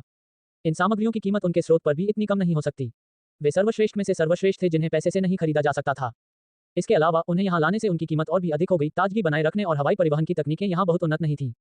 अंतर्देशीय शहरों में रहने वाले लोगों को ताज़ा समुद्री भोजन खाने का कोई मौका नहीं मिलता था जब तक कि उनके पास जादुई कलाकार न हो जो उन्हें पूरे परिवहन के दौरान जादू से जीवित रखते हों। हालांकि ये तांग के सम्राट जुआनजों की लीची दो से भी अधिक असाधारण था। मैक को याद आया कि रोज साम्राज्य के शाही परिवार के पास समुद्री भोजन परिवहन के लिए विशेष रूप से जिम्मेदार लोगों का एक समूह था और वे समुद्री भोजन ले जाने के लिए लालबाज नामक एक बड़े पक्षी का उपयोग करते थे। इसे इस दुनिया में हवाई परिवहन कहा जा सकता है। राजधानी शहर में एक ताज़ा समुद्री मछली बंदरगाह की तुलना में 100 गुना अधिक प्राप्त कर सकती है। एक झींगा, जो कीमती बैंगनी धारीदार झींगा भी था। इस अंतर्देशीय कैश सिटी में अगर कोई अमीर ग्राहक इसे 1000 तांबे के सिक्कों के लिए चाहता था तो इसके लिए अधिक भुगतान नहीं किया जाता था। अब क्या आपको अभी भी संदेह है कि सिस्टम आपको धोखा दे रहा है? सिस्टम से पूछा। नहीं नहीं नहीं सिस्टम, आप बहुत दयालु हैं। शायद आप सबसे दयालु व्यक्ति हैं जिनसे मैं कभी मिला हूं, मैग ने ईमानदारी से उत्तर दिया। वास्तव में ये कहा जा सकता है कि इस तरह व्यवसाय करना कुछ ज्यादा ही दयालु था। फ्रिज में उन सामग्रियों को देखकर मैग के मन में अचानक एक साहसिक विचार आया। उन्होंने अस्थायी रूप से पूछा, सिस्टम, शायद मैं रेस्तरां खोलने के बजाय सामग्री बेच सकता हूं। मुझे लगता है कि मैं इस तरह से जल्दी पैसा कमा सकता हूं। सिस्टम द्वारा आपूर्ति की गई सामग्री का उपयोग केवल रेस्तरां में किया जा सकता है और इसे बेचने की अनुमति नहीं है। सिस्टम ने शांति से उत्तर दिया और फिर उसने कहा, नया मिशन, मेजबान को 3000 सोने के सिक्कों के मूल्य की सामग्री खरीदनी होगी 10 दिनों में नकदी के साथ। मिशन पूरा करने पर नई रेसिपी अनलॉक हो जाएगी। लाजी रोजियामो 3, ऐसा न करने पर ताकत -0.5 हो जाएगी। 3000 सोने के सिक्के। मैक को उम्मीद थी कि सिस्टम उसे सामग्री बेचने की अनुमति नहीं देगा, लेकिन नए मिशन ने उसे लगभग रोने पर मजबूर कर दिया। 3000 सोने के सिक्के यानी 300,000 तांबे के सिक्के, बहुत बड़ी रकम। इसके अलावा वह टर्नओवर नहीं था बल्कि सामग्री पर खर्च था। यंगजहॉ फ्राइड राइस की एक प्लेट की सामग्री की कीमत 3 सोने के सिक्के थे, जिसका मतलब था कि उसे 10 दिनों में 1000 प्लेटें बेचनी थी। यदि वह असफल हो गया तो उसकी ताकत 0.5 कम हो जाएगी और वह फिर से आधा विकलांग हो जाएगा। सिस्टम, क्या तुम मुझे जानबूझकर फिर से अपंग बनाने की कोशिश कर रहे हो? मैक शिकायत करने से बच नहीं सका। हालांकि उन्हें अपने यंगजहॉ फ्राइड राइस पर बहुत भरोसा था, फिर भी एक रेस्तरां के लिए जो अभी तक नहीं खुला था, 10 दिनों में 1000 प्लेटें बेचना असंभव था। नॉर्लैंड महाद्वीप पर तला हुआ चावल पकाने का प्रचलित तरीका नहीं था। कम से कम उन्हें अपने पूर्ववर्ती की स्मृति में यह चीज खाने की याद नहीं थी। मिशन जारी कर दिया गया है, कृपया इसे जल्द से जल्द पूरा करें। सिस्टम का मैक के साथ बातचीत करने का कोई इरादा नहीं था। ठीक है, हम इसे एक तरफ छोड़ सकते हैं। मैक को एहसास हुआ कि बातचीत के लिए कोई जगह नहीं है, इसलिए मुस्कुराते हुए उसने कहा, सिस्टम, अभी मेरे पास बिल्कुल भी पैसे नहीं हैं और मैंने नाश्ता भी नहीं किया है। आप मुझे कुछ और मुफ्त सामग्री देने के बारे में क्या कहते हैं? अगर मैं भूख से मरना, ये हमारी पाककला के देवता की खोज का अंत होगा। सिस्टम ने उत्तर दिया। मेजबान की स्थिति को देखते हुए सिस्टम ने एलिफेंट चेकलेटर प्रोजेक्ट लॉन्च किया है। आप अपने क्रेडिट के आधार पर 3000 तांबे के सिक्के अग्रिम रूप से खर्च कर सकते हैं और इसे अगले महीने की 10 तारीख से पहले वापस कर सकते हैं। आप किश्तों में भुगतान करना भी चुन सकते हैं, लेकिन इसमें कुछ निश्चित ब्याज होगा। जिन वजन की एक चीनी इकाई है। एक जिन 1.10 पाउंड या 0.5 किलोग्राम के बराबर होता है। तांग राजवंश के सम्राट जुआनजोंग ने एक बार अपने नौकर को हजारों मील दूर से यांग गुइफी के लिए लीची लाने के लिए घोड़े पर भेजा था। लाजी रोजियामो एक मांस सैंडविच की तरह है। अनुवादक, हेनी ट्रांसलेशन संपादक, हेनी ट्रांसलेशन। मैक थोड़ी देर के लिए ठिठक गया और फिर अचानक याद आया। ये एंट चेकलेटर एक जैसा ही है। उसने पहले उस क्रेडिट उत्पाद का उपयोग नहीं किया था, लेकिन वह इसके बारे में कुछ हद तक जानता था। सिस्टम काफी उपयोगकर्ता अनुकूल था, फिर भी यह हर संभव प्रयास कर रहा था कि उसे कुछ भी मुफ्त न मिले। वेब 3000 तांबे के सिक्कों से यंगजहॉ तले हुए चावल की 10 प्लेटों के लिए पर्याप्त सामग्री खरीदी जा सकती है। अगर मैं अगले कुछ दिनों में कुछ बेच सकूं, तो मुझे कोई दिक्कत नहीं होगी, अन्यथा शायद सिस्टम अपनी सूदखोरी परियोजना शुरू कर देगा। सिस्टम, क्या मेरी क्रेडिट सीमा बहुत कम नहीं है? मैं सेंचुरियन कार का उपयोग करता था, जिसकी कोई सीमा नहीं है। आप मुझे केवल 3000 की अनुमति देते हैं। क्या आप मेरी क्रेडिट क्षमता पर सवाल उठा रहे हैं? मैक थोड़ा नाराज हुआ। ये सीमा आपकी वर्तमान स्थिति के आधार पर सावधानीपूर्वक गणना की गई है। कृपया तेजी से पैसा बनाएं और जैसे जैसे सामग्री पर पैसा खर्च होगा, वैसे वैसे क्रेडिट सीमा भी बढ़ेगी, सिस्टम ने उत्तर दिया। मैग ने इस पर दोबारा विचार किया और पाया कि सिस्टम ने अभी जो कहा था वह सच था। ये भूमि तो उन्हीं के पास थी, अन्य सभी चीजें सिस्टम द्वारा प्रदान की गईं। वह भाग्यशाली था कि उसके पास 3000 भी थे। वह खर्चीली जिंदगी का आदी था, लेकिन किफायती होना भी अपने तरीके से मजेदार था।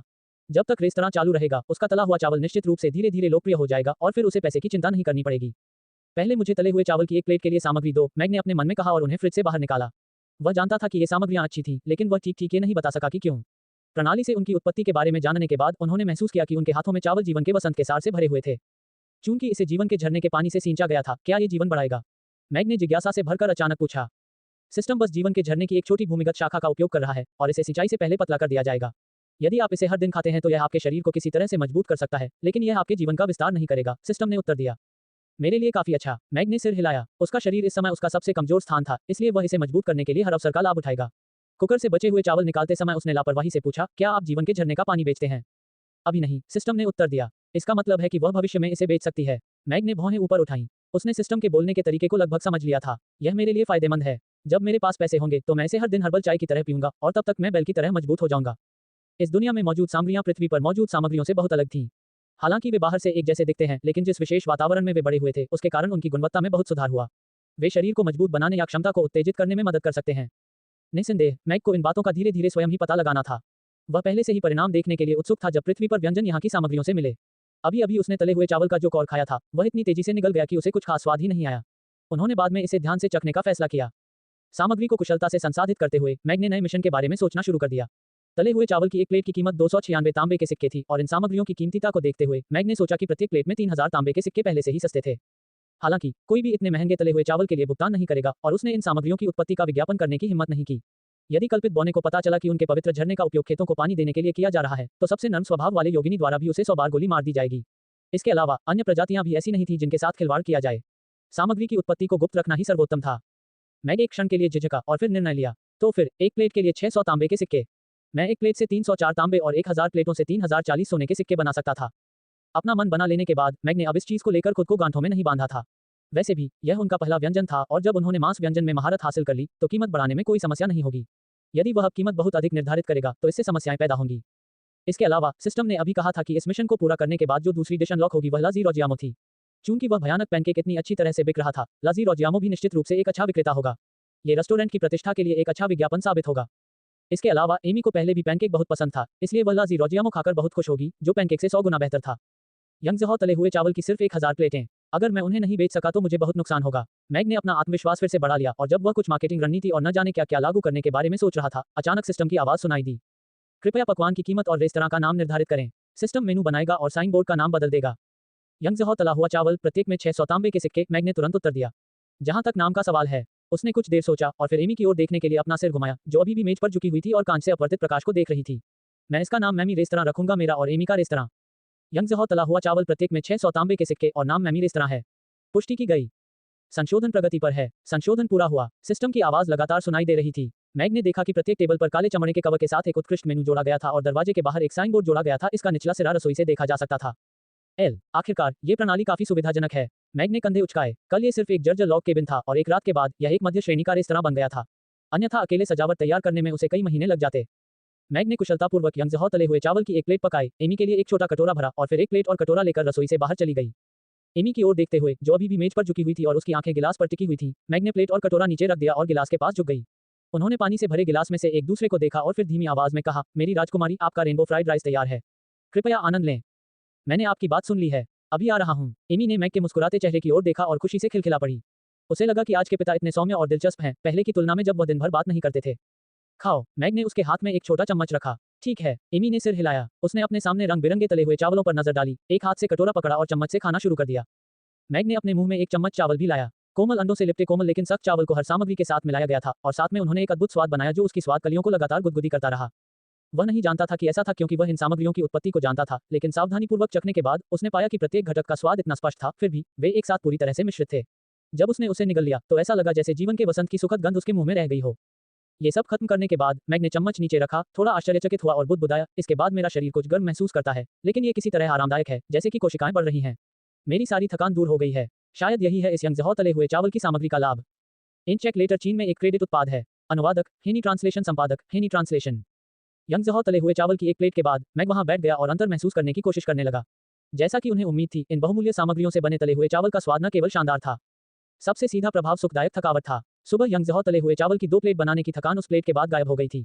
उसे पूरे शरीर में गर्मी महसूस हो रही थी और उसे रेड बुल पीने से भी ज्यादा गर्मी महसूस हो रही थी। ये चावल होना चाहिए। मैं उस चावल को प्रतिदिन 3 बार खाऊंगी, जिससे मेरी ताकत लगातार बढ़ेगी, मैग ने सोचा। इन सामग्रियों में जीवन के वसंत द्वारा सींचे गए चावल से अधिक कीमती कुछ भी नहीं था। एमी, वह रेनबो फ्राइड राइस खाने के बाद तुम्हें कैसा महसूस हो रहा है? मैग ने एमी की ओर देखते हुए पूछा। उसकी रगों में आधा योगिनी का खून दौड़ रहा है, लेकिन मुझे लगता है कि चावल से कोई समस्या नहीं होनी चाहिए। मुझे लगता है कि तले हुए चावल बहुत स्वादिष्ट होते हैं। एमी ने अपना कटोरा मेज पर रखा और मुंह के कोने पर चावल चाटने के लिए अपनी जीभ निकाली, जबकि उसने मैग की ओर देखा और गंभीरता से सिर हिलाया। मैग आश्चर्यचकित हो गई और फिर मुस्कुराई। उसके उत्तर में कुछ भी गलत नहीं था। उन्होंने फिर पूछा, अच्छे स्वाद और अच्छे लुक के अलावा क्या आपको कहीं अस्वस्थता महसूस होती है? मेरा शरीर। एमी ने कुछ देर सोचा और अपना सिर हिलाया, लेकिन फिर सिर हिलाया। कहाँ? तुरंत मैग अपनी कुर्सी से उठ खड़ा हुआ और एमी को देखने के लिए थोड़ा आगे झुका। उसका चेहरा थोड़ा चिंतित था। मुझे ऐसा महसूस हो रहा है जैसे मेरे शरीर में आग जल रही है। ऐसा पहले भी हुआ है, लेकिन अब जितनी गर्मी नहीं है। मुझे बहुत अच्छा महसूस नहीं हो रहा है। पिताजी, एमी को क्या हुआ? एमी ने थोड़ा भ्रमित होकर मैग की ओर देखा। उसका चेहरा पहले से ही थोड़ा लाल हो गया था, लेकिन वह अभी भी काफी शांत दिख रही थी। फिर भी मैग थोड़ा डरा हुआ था। उसने सोचा था कि जीवन के झरने से सींचे गए चावल से एमी को बहुत फायदा होगा क्योंकि वह आधी योगिनी थी, लेकिन ऐसा नहीं लगा कि मामला ऐसा था। इसके बजाय ऐसा लग रहा था कि उसके अंदर कुछ बुरा हलचल मच गई है। एमी के लाल चेहरे को देखकर मैग कुछ भी नहीं सोच सका। ये किसी बच्चे के सामान्य बुखार या सर्दी जैसा कुछ नहीं था और उसे अपने पूर्ववर्ती की स्मृति में कोई समाधान नहीं मिला। उसने उसके चेहरे को और अधिक लाल होते देखा और अचानक उसे कुछ याद आया और फिर उसने एमी का हाथ उठाया और कहा, अब मेरे साथ आओ एमी, हम ग्रेट टेम्पल जा रहे हैं। लेकिन एमी ने अपना हाथ पीछे खींच लिया और सिर हिला दिया। पिताजी, मुझे लगता है कि मुझे पता चल गया है कि मुझे क्या करना चाहिए। उसने अपना दाहिना हाथ अपने सामने उठाया, हथेली ऊपर की ओर थी जैसे कि कुछ पकड़ रही हो।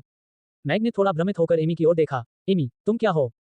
अचानक उसकी हथेली से एक नीली बैंगनी आग उठी और तुरंत आधे मीटर तक ऊपर चली गई। इसके भयावह तापमान ने हवा को भी थोड़ा विकृत कर दिया।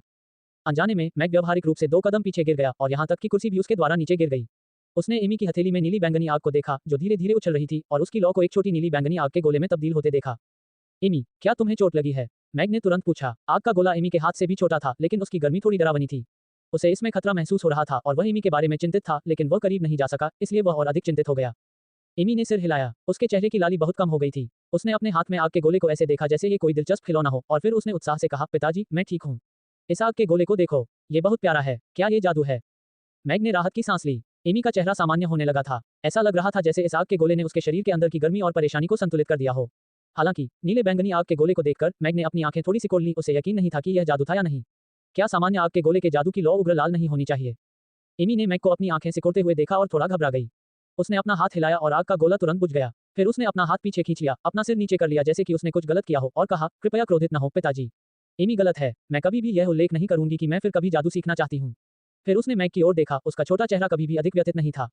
क्या? एमी के अचानक व्यवहार से मैग एक पल के लिए स्तब्ध रह गया, लेकिन उसे जल्द ही पता चला कि उसके पूर्ववर्ती की याद में ये छिपाने के लिए कि वे कौन थे और एमी की रक्षा करने के लिए उसके पूर्ववर्ती ने कैस सिटी में आने के बाद से कम प्रोफाइल रखी थी।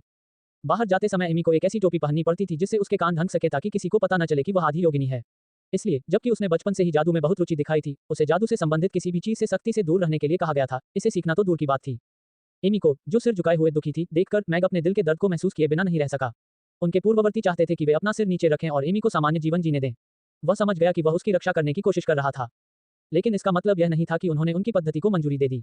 एमी के स्वभाव को दबाना कुछ ऐसा था जो उसने कभी नहीं किया था। इसके अलावा उनकी नज़र में कम झूठ बोलना गलत नहीं था। अगर कोई स्वेच्छा से सामान्यता स्वीकार करता है तो खुद को सांत्वना देना एक झूठ था।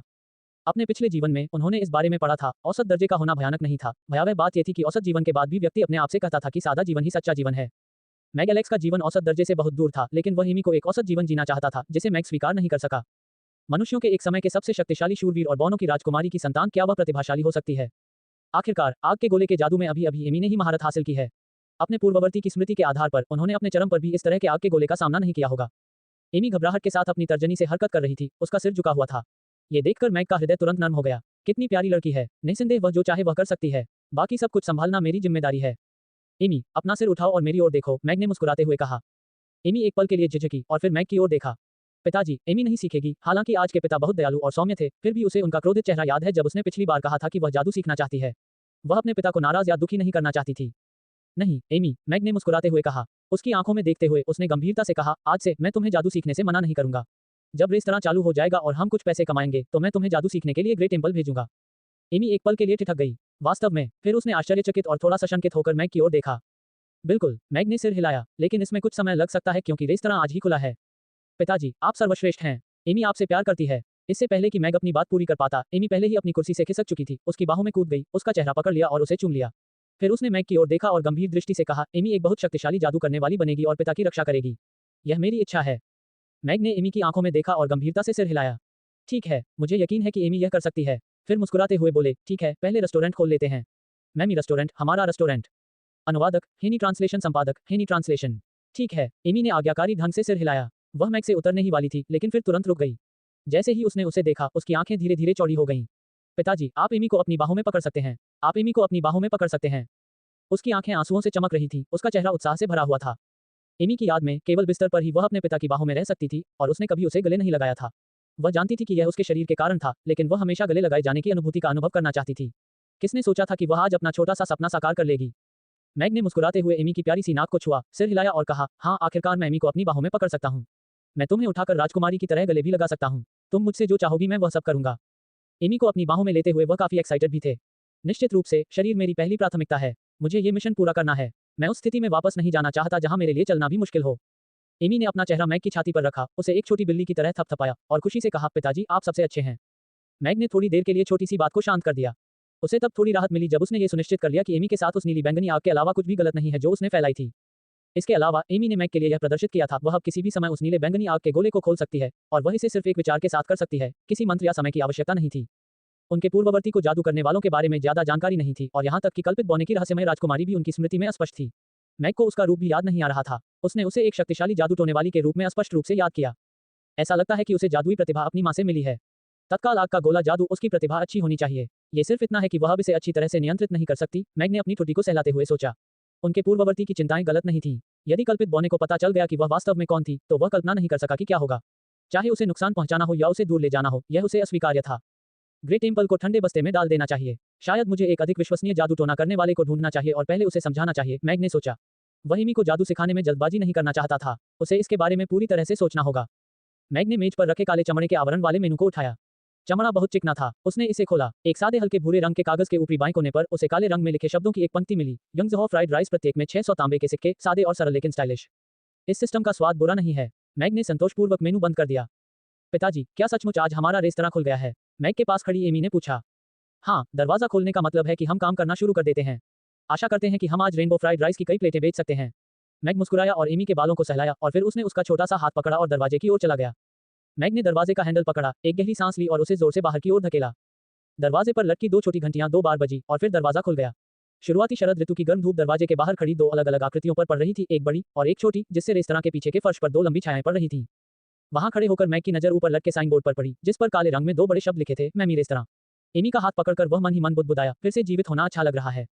पिताजी, आप क्या कह रहे थे? एमी ने थोड़ा हैरान होकर मैग की ओर देखा। मैं कह रहा था, तुम्हें पाकर अच्छा लगा, एमी। मैग ने उस छोटी सी चीज की ओर देखा जो उसकी कमर से भी छोटी थी और प्यार से मुस्कुराया। आपका होना भी अच्छा है पापा। एमी खुशी से मैग के चारों ओर 2 चक्करों तक दौड़ी और फिर अपने हाथों को अपने मुंह के सामने तुरही की तरह बनाते हुए चौराहे की ओर चिल्लाई, हमारा रेस्तरां खुल गया है। आओ और यहाँ खाओ, हमारे पास बहुत स्वादिष्ट इंद्रधनुष तला हुआ चावल है। मैग ने अपनी छोटी लड़की की ओर देखा और एक अनिच्छुक लेकिन प्रसन्न मुस्कान दी। वह अंदर से बहुत खुश भी था। उसने अदन चौराहे की ओर देखा, ये सुबह का समय था और अभी तक वहां अधिक लोग नहीं थे। घास के मैदानों पर कुछ ही दूरी पर नुकीले नुकीले दांतों वाले 2 बड़े और नंगे सीने एक दूसरे के साथ प्रतिस्पर्धा कर रहे थे। कुछ दूर आगे एक पेड़ के नीचे 2 व्यापारी नुमा मनुष्य खड़े बातें कर रहे थे। एक लंबा योगिनी अपनी पीठ पर लंबा धनुष लेकर तेजी से आगे बढ़ रहा था, उसके पीछे 2 जिज्ञासु ट्रोल बच्चे थे। मैग ने ये सब थोड़ा आश्चर्य से देखा। हालांकि उन्होंने अपने पूर्ववर्ती की स्मृति में हर प्रजाति का चेहरा देखा था, लेकिन जब उन्होंने इसे अपनी आंखों से देखा तो उन्हें जो झटका लगा वह बिल्कुल अलग था। शक्तिशाली ऑक्स, चालाक भूत, लंबे समय तक जीवित रहने वाली कल्पित बौने। ये सब अचानक इतना वास्तविक हो गया था और उसे सचमुच लगा कि वह दूसरी दुनिया में आ गया है। यहाँ एमी के साथ एक आसान और आरामदायक जीवन जीने के बारे में उसने जितना सोचा था, यह उतना आसान नहीं लग रहा था। मैग ने भौहें उठाईं और अपने रेस्तरां पर नजर डालने के लिए अपना सिर घुमाया। चूंकि रेस्तरां इस कैस सिटी में स्थापित किया गया था, जाहिर तौर पर यह सिर्फ मनुष्यों की सेवा नहीं करेगा। आखिरकार कल्पित बौने, विशाल ड्रैगन और राक्षस अत्यधिक मात्रा में धन रखने के लिए प्रसिद्ध थे। अदन स्क्वायर कैस शहर के केंद्र में स्थित था। जब उन्होंने शहर का निर्माण किया तो अदन स्क्वायर के चारों ओर की इमारतों को गोल स्क्वायर को घेरने के लिए अर्धचंद्र के आकार में व्यवस्थित किया गया था। ये दक्षिण की ओर खुला था। इस अर्धचंद्र के एक छोर से दूसरे छोर तक हजारों विभिन्न दुकानें, रेस्तरां, फौज, रेड लाइट जिले, अखाड़े, जादू की दुकानें थीं। कोई भी दुकान यहाँ पाई जा सकती थी जब तक वह नॉरलैंड महाद्वीप पर मौजूद थी। उनके मालिक भी विभिन्न प्रजातियों के थे। हॉटकेक की दुकान का स्वामित्व लावा राक्षसों के पास हो सकता है, जो सीधे अपने हाथों पर हॉटकेक पकाते होंगे। शांति संधि पर हस्ताक्षर किए जाने के बाद प्रजातियों के बीच मेलजोल को बढ़ावा देने के लिए कैस सिटी का निर्माण किया गया था। उस समय महाद्वीप को कई बार क्षैतिज और लंबवत रूप से काटे गए पाई की तरह सभी प्रजातियों के बीच विभाजित किया गया था और वे एक ही चौराहे बिंदु को साझा करते थे जिस पर कैस सिटी का निर्माण किया गया था, इसलिए इसे का केंद्र कहना अतिशयोक्ति नहीं होगी। महाद्वीप। चूंकि कैस सिटी की सीमा हर प्रजाति की भूमि से लगती थी, इसलिए इसमें उन सभी के लिए प्रवेश प्रदान करने के लिए 8 द्वार थे। ऑक्स, मनुष्य, कल्पित बौने, भूत, ट्रोल, राक्षस, बौने और विशाल ड्रैगन जो समय समय पर खुद को दिखाते थे, एक ही शहर में एक साथ रहते थे। इस प्रकार की अव्यवस्थित बसावट के कारण ही शहर का नाम पड़ा। आरंभ में अराजकता के बाद ग्रे टेम्पल नामक एक गुप्त संगठन शहर में प्रकट हुआ और व्यवस्था बनाए रखने लगा। साथ ही इसने धीरे धीरे शहर को आज के आकार और लेआउट में बदल दिया। अंधेरे में चलने वाले भूरे रंग के लोग इस शहर के कानून लागू करने वाले थे। मैग का रेस्तरां क्रिसेंट मून की पूंछ पर खड़ा था, अदन स्क्वायर पर आखिरी दुकान। चूंकि चौक का प्रवेश द्वार दूसरे छोर पर था, इसलिए लोग यहाँ कम ही आते थे। उनके रेस्तरां के बगल में एक हथियार की दुकान थी। मैग को याद आया कि उसका मालिक एक बौना था। आगे कई बंद दुकानें थीं जिनके दरवाजों पर किराए पर घर का नोटिस था और फिर एक दुकान थी जो जादुई औषधि बेचती थी, जिसके दरवाजे पर 2 पिंजरे लटके हुए थे जिनमें 2 तोते अभी भी सो रहे थे। ये कहना कि यहाँ ग्राहक बहुत कम थे, इसे हल्के में लिया जा रहा था। इस बात के बारे में सोचते हुए कि एक ग्राहक उसके दरवाजे पर आने और 600 तांबे सिक्कों वाले यंग्जहॉ फ्राइड राइस की एक प्लेट ऑर्डर करने में रुचि रखता है, मैग को अचानक लगा कि यह शुरुआत बहुत कठिन थी। अनुवादक, हेनी ट्रांसलेशन, संपादक, हेनी ट्रांसलेशन। मैग ने देखा और कुछ देर तक इंतजार किया। हालांकि कुछ राहगीरों ने उसके रेस्तरां में कुछ दिलचस्पी दिखाई थी, जिसकी विशेषताएं आसपास की दुकानों से बिल्कुल अलग थीं, लेकिन उसने किसी को भी नहीं देखा जो अभी अंदर जाना चाहता हो। मैग वापस अंदर गया, मेज साफ की और बर्तन धोने चला गया, जबकि एमी काउंटर के पीछे लंबी टांगों वाली कुर्सी पर बैठी थी, अपने हाथ में नीली बैंगनी आग के साथ उच्च उत्साह में खेल रही थी और पूरे समय कुछ मंत्र बुदबुदा रही थी। सब कुछ साफ करने के बाद मैग रसोई से बाहर चली गई। ये देखकर कि अभी भी किसी ग्राहक के आने का कोई संकेत नहीं है, उसने एमी के पास एक कुर्सी खींची और उसे आग से खेलते हुए देखा। अचानक एमी ने मैग की ओर देखा और पूछा, पिताजी, अगर मैं इसे बाहर फेंक दूं तो क्या ये जादू करने वाले के जादू जैसा होगा? उसने अपना हाथ उठाया और फेंकने का इशारा किया। नहीं, नहीं, नहीं। मैग ने तुरंत अपना हाथ हिलाया। अगर उसने इसे बाहर फेंक दिया तो भले ही रेस्तरां पूरी तरह से न जले, लेकिन कुछ मेज और कुर्सियां निश्चित रूप से क्षतिग्रस्त हो जाएंगी। और ये देखते हुए कि सिस्टम अपने पैसे के मामले में कितना खराब था, शेष 2700 तांबे के सिक्के भी पर्याप्त नहीं हो सकते हैं क्षतिपूर्ति के लिए। चिंता मत करो पिताजी, मैं इसे सचमुच बाहर नहीं फेंकूंगा। मैग के घबराए हुए चेहरे को देखकर एमी जोर से हंसी और फिर उसने अपना हाथ हिलाया और आग के गोले को बुझा दिया। मैग ने राहत की सांस ली। उसने एमी के सवाल के बारे में सोचा और सिर हिलाया। यदि आप इसे फेंक सकते हैं और वास्तव में लक्ष्य पर प्रहार कर सकते हैं, तो इसे आग का गोला जादू कहा जा सकता है। एमी ने अपना सिर हिलाया, अपने बारे में बहुत आश्वस्त नहीं थी। एमी ऐसा करने में सक्षम नहीं है। चिंता मत करो, मैग ने मुस्कुराते हुए कहा। उसने प्रोत्साहन से भरी आंखों से उसकी ओर देखा। पिताजी आपके साथ तब तक अभ्यास करेंगे जब तक मुझे आपके लिए एक उचित गुरु नहीं मिल जाता। कोई भी जादू करने वाला पैदा नहीं होता। एमी पहले से ही बहुत अद्भुत है क्योंकि आप अपने आप से एक आग का गोला बना सकते हैं। मुझे यकीन है कि आप ये कर सकते हैं। हाँ पिताजी, एमी कोशिश करेगी। एमी ने जोर से सिर हिलाया। फिर उसने दरवाजे की ओर देखा और थोड़ा भ्रमित स्वर में कहा, लेकिन हमारे रेस्तरां में कोई आकर खाना क्यों नहीं खाता पिताजी? आपका रेनबो फ्राइड राइस बहुत अच्छा है। चूंकि उन्होंने इसे आजमाया नहीं है, उन्हें पता नहीं है कि यह इतना अच्छा है। कुछ ही समय बाद मुझे यकीन है कि लोग यहाँ खाने के लिए लाइन लगाएंगे। मैग मुस्कुराया, लेकिन वह अंदर से थोड़ा असहाय महसूस कर रहा था। 600 तांबे के सिक्के वास्तव में सामान्य लोगों के लिए काफी ऊंची कीमत थी, लेकिन कैस सिटी में अमीर लोगों की कभी कमी नहीं थी। प्रत्येक प्रजाति में मुट्ठी भर अमीर लोग थे जो रोमांच पसंद करते थे, अक्सर इस शहर में घूमते रहते थे और यहाँ तक कि दीर्घकालिक निवास के लिए भी यहाँ आते थे। आखिरकार यहाँ बौने सुंदर मानव लड़कियों की सेवा का आनंद ले सकते थे, ट्रॉल्स को दानव स्ट्रिपर्स मिल सकते हैं, यहाँ तक कि भूतों के साथ नौकरानियां भी हो सकती हैं।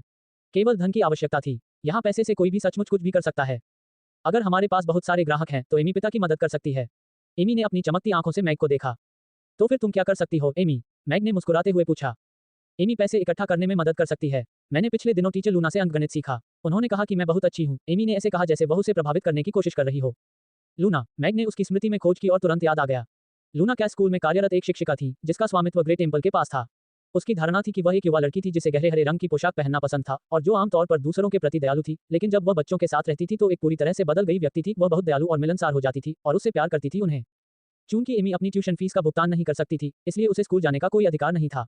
हालांकि वह अक्सर कैस स्कूल जाती थी और बाहरी दीवार के शीर्ष पर अपने हाथ रखकर उन्हें क्लास करते देखती थी। लूना उसे बहुत पसंद करती थी और अक्सर उसे अन्य छात्रों के साथ सुनने के लिए अंदर जाने देती थी। कभी कभी वह उसे अकेले पढ़ाती थी और उसे खाने के लिए कुछ देती थी, इसलिए उसने अपने पूर्ववर्ती पर बहुत अच्छा प्रभाव छोड़ा था। हाँ, और अगर वे भुगतान नहीं करेंगे तो एमी क्रोधित हो जाएगी और आग के गोले से उन्हें डरा देगी। एमी ने सिर हिलाते हुए कहा। गुस्सा हो जाओ। एमी जानती है कि गुस्सा कैसे किया जाता है। मैग को उस पर पूरा विश्वास नहीं हुआ। एमी ने गंभीरता से सिर हिलाया। जरूर, मैंने बगल के बौने दादाजी को क्रोधित होते देखा। और फिर उसने अपनी दो छोटी मुट्ठियां अपने चेहरे के सामने रखीं और मैग की ओर देखने के लिए अपनी आंखें चौड़ी कर लीं। अभी भुगतान करें या मुक्का खाने के लिए तैयार रहें? पिताजी, मेरी शक्ल बहुत गुस्से वाली है ना? एमी ने प्रत्याशा से भरी हुई अपनी मुद्रा बनाए रखते हुए पूछा। बहुत सुंदर। मैग को लगा कि उसका दिल पिघल गया है, लेकिन उसके चेहरे पर प्रत्याशा देखकर उसे हंसने से बचना पड़ा और अपना सिर हिलाना पड़ा। हाँ, बहुत गुस्सा है। एमी ने अपने हाथ नीचे कर दिए और खुशी से कहा, तो फिर अब से पैसे इकट्ठा करने का मिशन एमी पर छोड़ दो। मुझे यकीन है कि मैं अच्छा काम करूंगी। मुस्कुराते हुए मैग ने सिर हिलाया। ठीक है, फिर मैं इसे आप पर छोड़ दूंगा। ओह, और पिताजी आपको दिखाएंगे कि जब मेरे पास समय होगा तो कैसे गुस्से में दिखना है। उसने एमी को मना नहीं किया, लेकिन उसका लुक अब बहुत प्यारा था, इसलिए उसे कभी कभी उसे सावधानी से सिखाना पड़ता था, अन्यथा ग्राहक निराश नहीं होते। फिर एमी ने मैग को एक कहानी के लिए परेशान किया। उन्होंने उसे द लिटिल मैच गर्ल की कहानी सुनाई। एमी ने बहुत दिलचस्पी से सुना, हालांकि मैग ने कुछ चीजें जोड़ी और कुछ हटा दी। कहानी के अंत में एमी ने बड़ी आशा से पूछा, पिताजी, क्या बुना हुआ हंस सचमुच इतना स्वादिष्ट है? मैग ने सिर हिलाया। हाँ, मुझे लगता है। लेकिन फिर उसे लगा कि कुछ गड़बड़ है। कहानी का मुद्दा रसोई की अलमारी में भुना हुआ हंस था। कहानी खत्म हो चुकी थी। वे काउंटर पर झुक गए, थोड़ा उब गए, उनकी ठुड्डी उनके हाथों के पीछे पड़ी हुई थी। वे अपने आसपास की हर चीज से बेखबर थे। उनके चेहरों पर भाव आश्चर्यजनक रूप से मेल खा रहे थे। मैग को पता था कि शुरुआत आसान नहीं होगी, लेकिन उसने यह उम्मीद नहीं की थी कि पूरी सुबह कोई नहीं आएगा। केवल दो राक्षस बच्चों ने कुछ देर तक कांच की खिड़की के बाहर से अंदर देखा था। दोपहर के समय एमी ने मैग की ओर देखा और कहा, पिताजी, एमी भूखी है। मैग ने मुस्कुराते हुए सिर हिलाया। मैं दोपहर का भोजन तैयार करने जाऊंगा। फिर वह रसोई में चला गया। इसकी मदद नहीं की जा सकी। वह खुद को बाहर खड़ा नहीं कर सका और चिल्लाकर ग्राहकों को अंदर नहीं बुला सका। जहां तक ग्राहकों के प्रति रवैये का सवाल है, तो वह वहां बैठे बैठे ही कमोबेश तय कर चुके थे। उपयोगकर्ता अनुभव के संबंध में वह उन कई लोगों से भी अधिक जानता था जो रेस्तरां के मालिक थे। हालांकि मालिक बनने का यह उसका पहला मौका था। आखिरकार उसने अपने पिछले जीवन में बहुत सारे रेस्तरां आजमाए थे। एक गर्मजोशीपूर्ण रवैया लोगों को यह सोचने पर मजबूर कर सकता है कि उन्हें महत्व दिया गया है, लेकिन जो लोग बात करना पसंद नहीं करते वे असहज महसूस कर सकते हैं, और एक कृपालु और ठंडा रवैया निश्चित रूप से अधिकांश ग्राहकों पर एक भयानक प्रभाव छोड़ेगा। बहुत दूर जाना उतना ही बुरा था जितना बहुत दूर न जाना। इसके अलावा उनका रेस्टोरेंट एमी और उन पर ही निर्भर था। अगर एमी ठीक से पैसा इकट्ठा कर पाती तो उसने बहुत कुछ किया होता, और ग्राहकों को प्राप्त करना स्वाभाविक रूप से उसकी जिम्मेदारी थी। इसलिए उनके प्रति अपने दृष्टिकोण के संबंध में अपने अनुभव को संक्षेप में प्रस्तुत करने और रेस्तरां की वर्तमान स्थिति पर विचार करने के बाद उन्होंने 3 शब्दों का पालन करने का निर्णय लिया: दयालुता, दूरी, समानता। दयालुता मूल सम्मान था जो ग्राहकों को दिखाया जाना चाहिए। इससे उन्हें खाने से पहले अच्छा महसूस होगा। जहां तक दूरी की बात है, ऐसा इसलिए था क्योंकि मैक दक्षता बढ़ाना चाहता था और क्योंकि उसे उन ग्राहकों को सहज महसूस कराना था जो अति उत्साह से स्वागत करना पसंद नहीं करते थे। और सभी प्रजातियों के प्रति समानता दिखाई जाएगी। मैक को लगा कि जो कोई भी उसके रेस्तरां में खाना खाना चाहता है, वह उसका ग्राहक है। कोई भी प्रजाति हो, वह उन सभी के साथ एक जैसा व्यवहार करेगा। जब मैक ने यंगज़हॉ तले हुए चावल और चावल की 2 प्लेटों के लिए सामग्री तैयार की थी, तो दरवाजे पर छोटी घंटियां बजी। अनुवादक, हेनी ट्रांसलेशन। संपादक, हेनी ट्रांसलेशन। मैमी रेस्तरां, ये कहां से आया था? मोबाइल रेस्तरां के बाहर खड़ा था। उसकी ऊंचाई के बराबर एक भारी काला हथौड़ा उसके कंधे पर लटका हुआ था।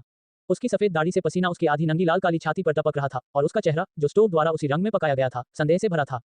कल दोपहर को उसने देखा तो वह लकड़ी का एक जर्जर मकान था जिसमें एक पिता और उसकी बेटी रहते थे। वह आदमी एक अपाहिज था जो मुश्किल से चल पाता था और उसने कभी उससे बात नहीं की थी। छोटी लड़की हमेशा भूरे रंग की टोपी पहने रहती थी, लेकिन वह बहुत प्यारी लगती थी। कभी कभी वह उसके फौज के बाहर बैठ जाती थी और उसे हथियार चलाते हुए देखती थी। हालांकि केवल एक रात के बाद वह जर्जर लकड़ी का घर पूरी तरह से बदल गया था। यह एक बहुत ही सुंदर 2 मंजिला घर बन गया था और पहली मंजिल की पूरी सामने की दीवार को पारदर्शी क्रिस्टल ग्लास की शीट से बदल दिया गया था। रेस्टोरेंट की खूबसूरत सजावट बाहर से ही दिख रही थी। एक पल के लिए मोबाइल को समझ नहीं आया कि क्या हुआ। इस पूरे अदन चौराहे पर भी इससे ज्यादा खूबसूरत कोई रेस्टोरेंट नहीं मिला। आखिरकार वह पारदर्शी क्रिस्टल ग्लास इतना पतला और चमकीला था कि अंदर की हर मेज बहुत साफ और आरामदायक दिखती थी। पारभासी क्रिस्टल झूमर महल के झूमर से भी अधिक उत्तम था। शायद वह मानव अपंग वास्तव में एक बहुत शक्तिशाली जादू टोना करने वाला है। उन्होंने रातों रात इस रेस्टोरेंट की कल्पना की और अचानक खाना बनाने का फैसला कर लिया। मोबाइल ने अपनी दाढ़ी को सहलाते हुए अपना सिर हिलाया। चालाक इंसानों के दिमाग को समझना निश्चित रूप से आसान नहीं है, लेकिन चूंकि यह निकट है, मैं इसे आजमा भी सकता हूं। यदि यह अच्छा है, तो मुझे दूर तक खाना नहीं खाना पड़ेगा। उसे यकीन था कि यह रेस्तरां एक ही पिता और बेटी का है क्योंकि उसने पहले ही पारदर्शी क्रिस्टल ग्लास के माध्यम से काउंटर के पीछे बैठी गुमसुम छोटी लड़की को देख लिया था। आज वह टोपी के बिना और भी प्यारी लग रही थी। मोबाइल ने हाथ में भारी हथौड़ा लिए धक्का देकर दरवाजा खोला। दरवाजे पर घंटियों की आवाज ने उसे चौंका दिया। जब उसने ऊपर देखा और दरवाजे पर 2 छोटी घंटियां लटकी देखी, तो वह खुद पर हंसा और अंदर चला गया। जब वह बाहर से देखता था तो अंदर से वह और भी साफ और अधिक आरामदायक दिखता था। हालांकि सजावट भव्य लग रही थी, भूरे भूरे रंग की पृष्ठभूमि ने उसे बहुत आरामदायक महसूस कराया। उसे चकाचौंध महसूस नहीं हुई, इसके बजाय उसे किसी तरह थोड़ा आराम महसूस हुआ। मोबाइल ने अपना सिर नीचे किया और अपने कपड़ों पर नजर डाली, जिसमें चिंगारी के कारण कई छेद हो गए थे, और उसके जूते, जिन पर मोटी धूल थी, और फिर उसने साफ और चमकदार फर्श को देखा। वह कुछ देर के लिए झिझका। अल्पविराम। एमी की आंखें अचानक चमक उठी जब वह दोपहर के भोजन के लिए काउंटर पर झुककर इंतजार कर रही थी। जब उसने देखा कि कौन अंदर आया है, तो उसने अपना सिर घुमाया और उत्साह से रसोई की ओर चिल्लाई, पिताजी, हमारे पास एक ग्राहक है। अगले दरवाजे वाले बौने दादाजी।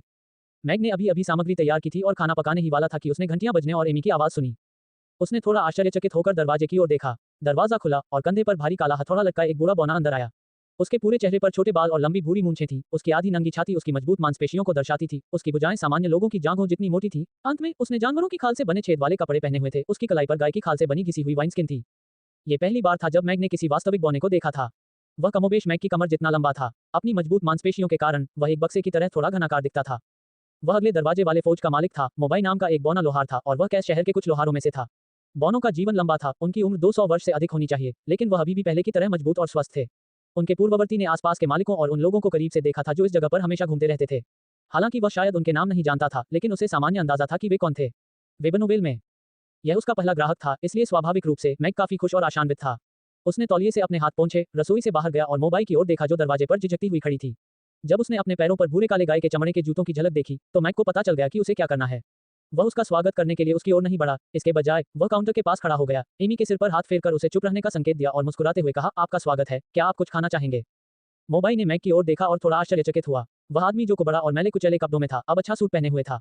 वह अभी भी दुबला था, लेकिन सीधा खड़ा होने पर उसका स्वभाव पहले से बिल्कुल अलग था। उसकी नजर में मानव पुरुष थोड़े स्त्री जैसे थे। वह उन्हें नापसंद करता था, खासकर वे जो दुबले पतले थे। हालांकि वहां खड़ा यह आदमी अपने दुबले शरीर के बावजूद म्यान से बाहर एक तेज तलवार की तरह लग रहा था। वह बिल्कुल भी स्त्री जैसा नहीं लग रहा था। वह कोई साधारण आदमी नहीं था। इसके अलावा उनके चेहरे की मुस्कान जो थोड़ी गर्म थी, उसमें काफी तेज छिपा हुआ था। इस तरह के विरोधाभास ने एक स्पष्ट दूरी पैदा कर दी, जिससे मोबाइल, जो पहली बार यहाँ आए थे, काफी सहज महसूस करने लगे। उसके पास खड़ी छोटी लड़की ने आज कोई टोपी नहीं पहनी थी। वह काली पोशाक में थी और उसका चेहरा उत्साह और प्रत्याशा से भरा हुआ था, जो पहले से भी अधिक प्यारा था। मोबाइल को यह पता नहीं चल सका कि इस आदमी के साथ रात भर में क्या हुआ था। ऐसा लगा मानो उसका पुनर्जन्म हो गया हो। वह आश्चर्यचकित हुए बिना नहीं रह सका कि यह मानव पुरुष उसके रेस्तरां में क्या बेच रहा था और क्या यहाँ का भोजन सजावट से मेल खा सकता है। मोबाइल ने झिझकना बंद कर दिया, सिर हिलाया और अपना भारी हथौड़ा लेकर अंदर चला गया। उसने बैठने के लिए एक कुर्सी खींची, फर्श पर हथौड़ा रखा और मैग की ओर देखा। फिर उसने कहा, हाँ, मुझे कुछ खाना चाहिए। तुम्हारे पास यहाँ क्या है? आपकी मेज पर एक मेनू है, आप पहले देख सकते हैं, सर। मैग ने अपनी मेज पर मेनू की ओर इशारा करते हुए उत्तर दिया। मेन्यू। मोबाइल ने लापरवाही से मेनू उठाया। अपने कैलस से ढके खुरदरे हाथों से कवर को छूने पर वह थोड़ा आश्चर्यचकित हो गया। इस तरह की चिकनी बनावट का मतलब था कि कवर निश्चित रूप से सबसे अच्छे बाइसन की खाल से बनाया गया था। इस तरह की बाइसन खाल के एक टुकड़े की कीमत एक ड्रैगन सिक्के जितनी हो सकती है। हर मेज पर इतना महंगा मेनू रखना बहुत फिजूल खर्ची थी। यहाँ तक कि फ्रायर टैवन, जिसका अदन स्क्वायर पर सबसे अच्छा व्यवसाय था, केवल सामान्य गाय के चमड़े के कवर का उपयोग कर रहा था।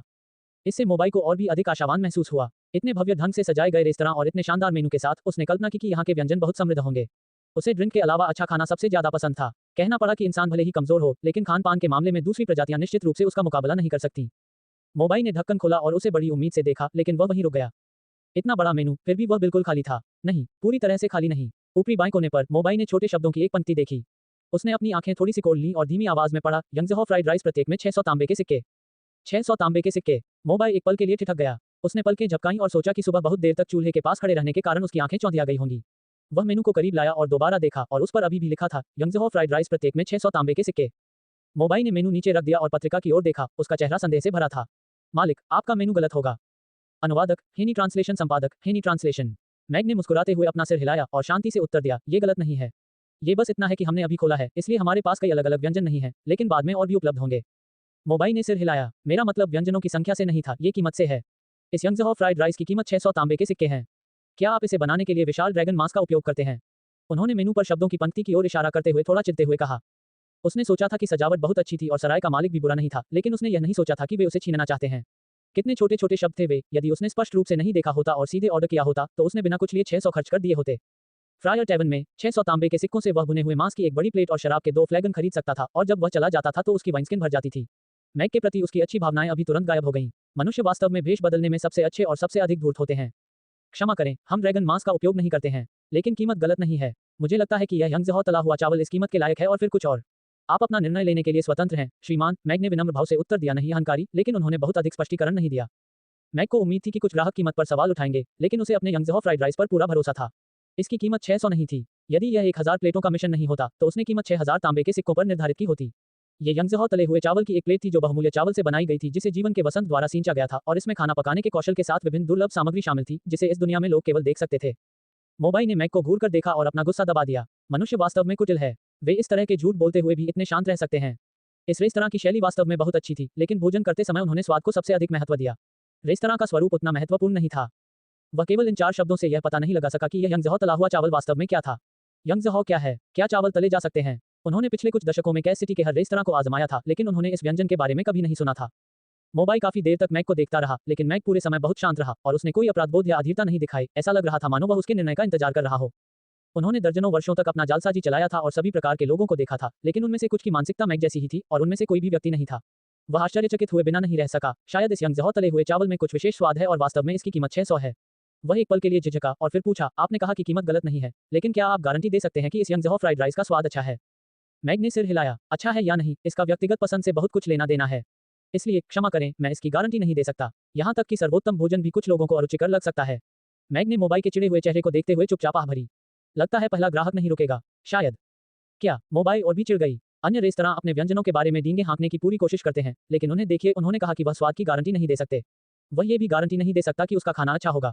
ऐसा लगता है कि वह संभवतः झूठा है। अगर बाद में मैंने कहा कि इसका स्वाद खराब है, तो शायद वह तर्क देंगे कि यह मेरी व्यक्तिगत समस्या थी। ये इंसान कितना शातिर है। लगता है मैं पास हो जाऊंगा। इस समय एमी, जो इस समय उन्हें बात करते हुए देख रही थी, ने मैग की ओर देखा और चिल्लाई, पिताजी, एमी भूखी है। फिर उसने कुछ नापसंदगी से मोबाई की ओर देखा। इस बौने दादाजी को इतना समय लग रहा है। इंद्रधनुष तला हुआ चावल बहुत स्वादिष्ट है, लेकिन उसने अभी भी अपना मन नहीं बनाया है। पापा ने अब तक एक बना दिया होता। मोबाई उठकर जाने ही वाला था कि एमी की नजर उस पर पड़ी। वह उसके तिरस्कारपूर्ण रूप से इतना शर्मिंदा था कि खड़ा नहीं हो सका। छोटी लड़की के चेहरे का भाव इतनी स्पष्टता से बता रहा था कि उसने उसके खाने का समय छीन लिया है। ठीक है, मैं तुम्हारे लिए यंगज़हॉ फ्राइड राइस बनाऊंगा, एमी। मैग मुस्कुराया और अपनी छोटी लड़की के सिर पर हाथ फेरा। फिर उसने मोबाई की ओर देखा। आप अपना समय ले सकते हैं, सर। जब आपने अपना मन बना लिया हो तो कृपया मुझे बताएं। इतना कहने के बाद मैग मुड़ा और खाना बनाना शुरू करने के लिए रसोई में चला गया। एमी फिर से काउंटर के पीछे लंबी टांगों वाली कुर्सी पर बैठ गई। उसने अपनी ठुड्डी को अपने हाथों पर टिकाया, अपनी आंखें झपकाईं और मासूमियत से कहा, इंद्रधनुष तला हुआ चावल वास्तव में बहुत अच्छा है। एमी को ये बहुत पसंद है। क्या आप वाकई ऐसा नहीं चाहते, दादाजी? वह कितना प्यारा है। मोबाई को लगा कि इस क्षण उसका दिल, जो हजारों बार लोहे की तरह फौलाद हो चुका था, थोड़ा पिघल गया। वह लगभग चिल्लाया, बेशक, मुझे एक दो। हालांकि उसने अभी अभी अपने सवाल और परेशान चेहरे के बारे में सोचा।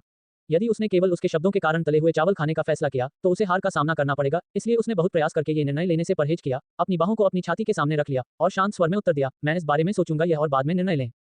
ठीक है, किसी भी तरह आपको कुछ समय में उस स्वाद से प्यार हो जाएगा। एमी ने ऐसे कंधे उचकाए जैसे उसने सब कुछ देख लिया हो। उसने मोबाइल से अपना सिर घुमा लिया और बड़ी उम्मीद से रसोई की ओर देखने लगी। मैं कुछ यंगजहौ तले हुए चावल के प्यार में नहीं पड़ूंगा, मोबाई ने पूरी तरह से बुदबुदाया। उसे लगा कि उसे फिर से तिरस्कृत किया गया है। एक ही दिन में 2 बार उसी छोटी लड़की ने उसका तिरस्कार किया था, लेकिन उसके प्यारे छोटे चेहरे को देखकर वह उसे माफ करने के अलावा कुछ नहीं कर सका। मैं इंतजार करूंगा और देखूंगा कि क्या वह यंगजहौ तला हुआ चावल वास्तव में इतना अच्छा है, या क्या इस छोटी सी चीज को उस इंसान ने भ्रष्ट कर दिया है, मोबाई ने सोचा। अब उसने जाने की जल्दी नहीं की, बल्कि धैर्यपूर्वक वहीं बैठा रहा। परीक्षण क्षेत्र में हजारों बार और वास्तविक जीवन में 2 बार अभ्यास करने के बाद मैग ने यंगजहौ तले हुए चावल की एक प्लेट पकाने में केवल 10 मिनट का समय लिया था। जब वह थाली लेकर बाहर गया, तो मैग ने कुछ आश्चर्य से मोबाई की ओर देखा, जो अभी भी वहीं बैठा था। उसने सोचा कि यह क्रोधी ग्राहक पहले ही जा चुका है। एमी कुर्सी से कूद गई, मैग के हाथ पर रखी चावल की प्लेट को ध्यान से देखती रही और खुशी से अपने छोटे हाथों से ताली बजाई। इसकी खुशबू बहुत अच्छी है। पिताजी बहुत अद्भुत हैं। वह तथाकथित यंगजहौ तला हुआ चावल है। ये बहुत खास नहीं लग रहा है। यह अच्छा लग रहा है, लेकिन मुझे इसमें कोई मांस नहीं दिख रहा है। ये बहुत संतोषजनक नहीं होगा। मोबाई को पहले कुछ उम्मीद थी, लेकिन जब उसकी नजर उस तले हुए चावल पर पड़ी तो उसे अचानक थोड़ी निराशा हुई। मैग ने तले हुए चावल को मोबाई के सामने वाली मेज पर रख दिया और मुस्कुराते हुए एमी से कहा, पहले अपने हाथ धो लो, फिर खाओ। ठीक है। एमी रसोई में चली गई, एक छोटे से स्टूल पर पैर रखा और अपने हाथ धोए, फिर वह फिर से मेज की ओर लपकी। वह कुर्सी पर चढ़ गई, खुद को प्लेट के करीब ले आई और गहरी सूंघी। तुरंत उसकी बड़ी नीली आंखें और भी चमकीली हो गईं। इस समय तले हुए चावल की सुगंध मोबाई की मेज तक पहुंच गई। वह सूंघने से खुद को नहीं रोक सका और फिर उसकी आंखें तुरंत चौड़ी हो गईं। उसने एमी के सामने तले हुए चावल को देखा, उसे अपनी नाक पर विश्वास नहीं हुआ। ये सुगंध इतनी मोहक कैसे हो सकती है? एमी अब खाना शुरू करेगी, हाथ में चम्मच पकड़ते हुए एमी ने कहा। फिर वह एक चम्मच चावल अपने मुंह में लाए और मजे से चबाया। अच्छे भोजन का आनंद लेने से उसका चेहरा खुशी से भर गया। एक के बाद एक चम्मच, वह रुकना नहीं चाहती थी। उसका शरीर हर समय थोड़ा थोड़ा हिल रहा था। गल्प। मोबाई ने अपनी लार निगलने की आवाज सुनी। उसने बेझिझक मैग की ओर देखा जो पास ही खड़ा था। मालिक, मुझे यंगजहौ तले हुए चावल की एक प्लेट दो।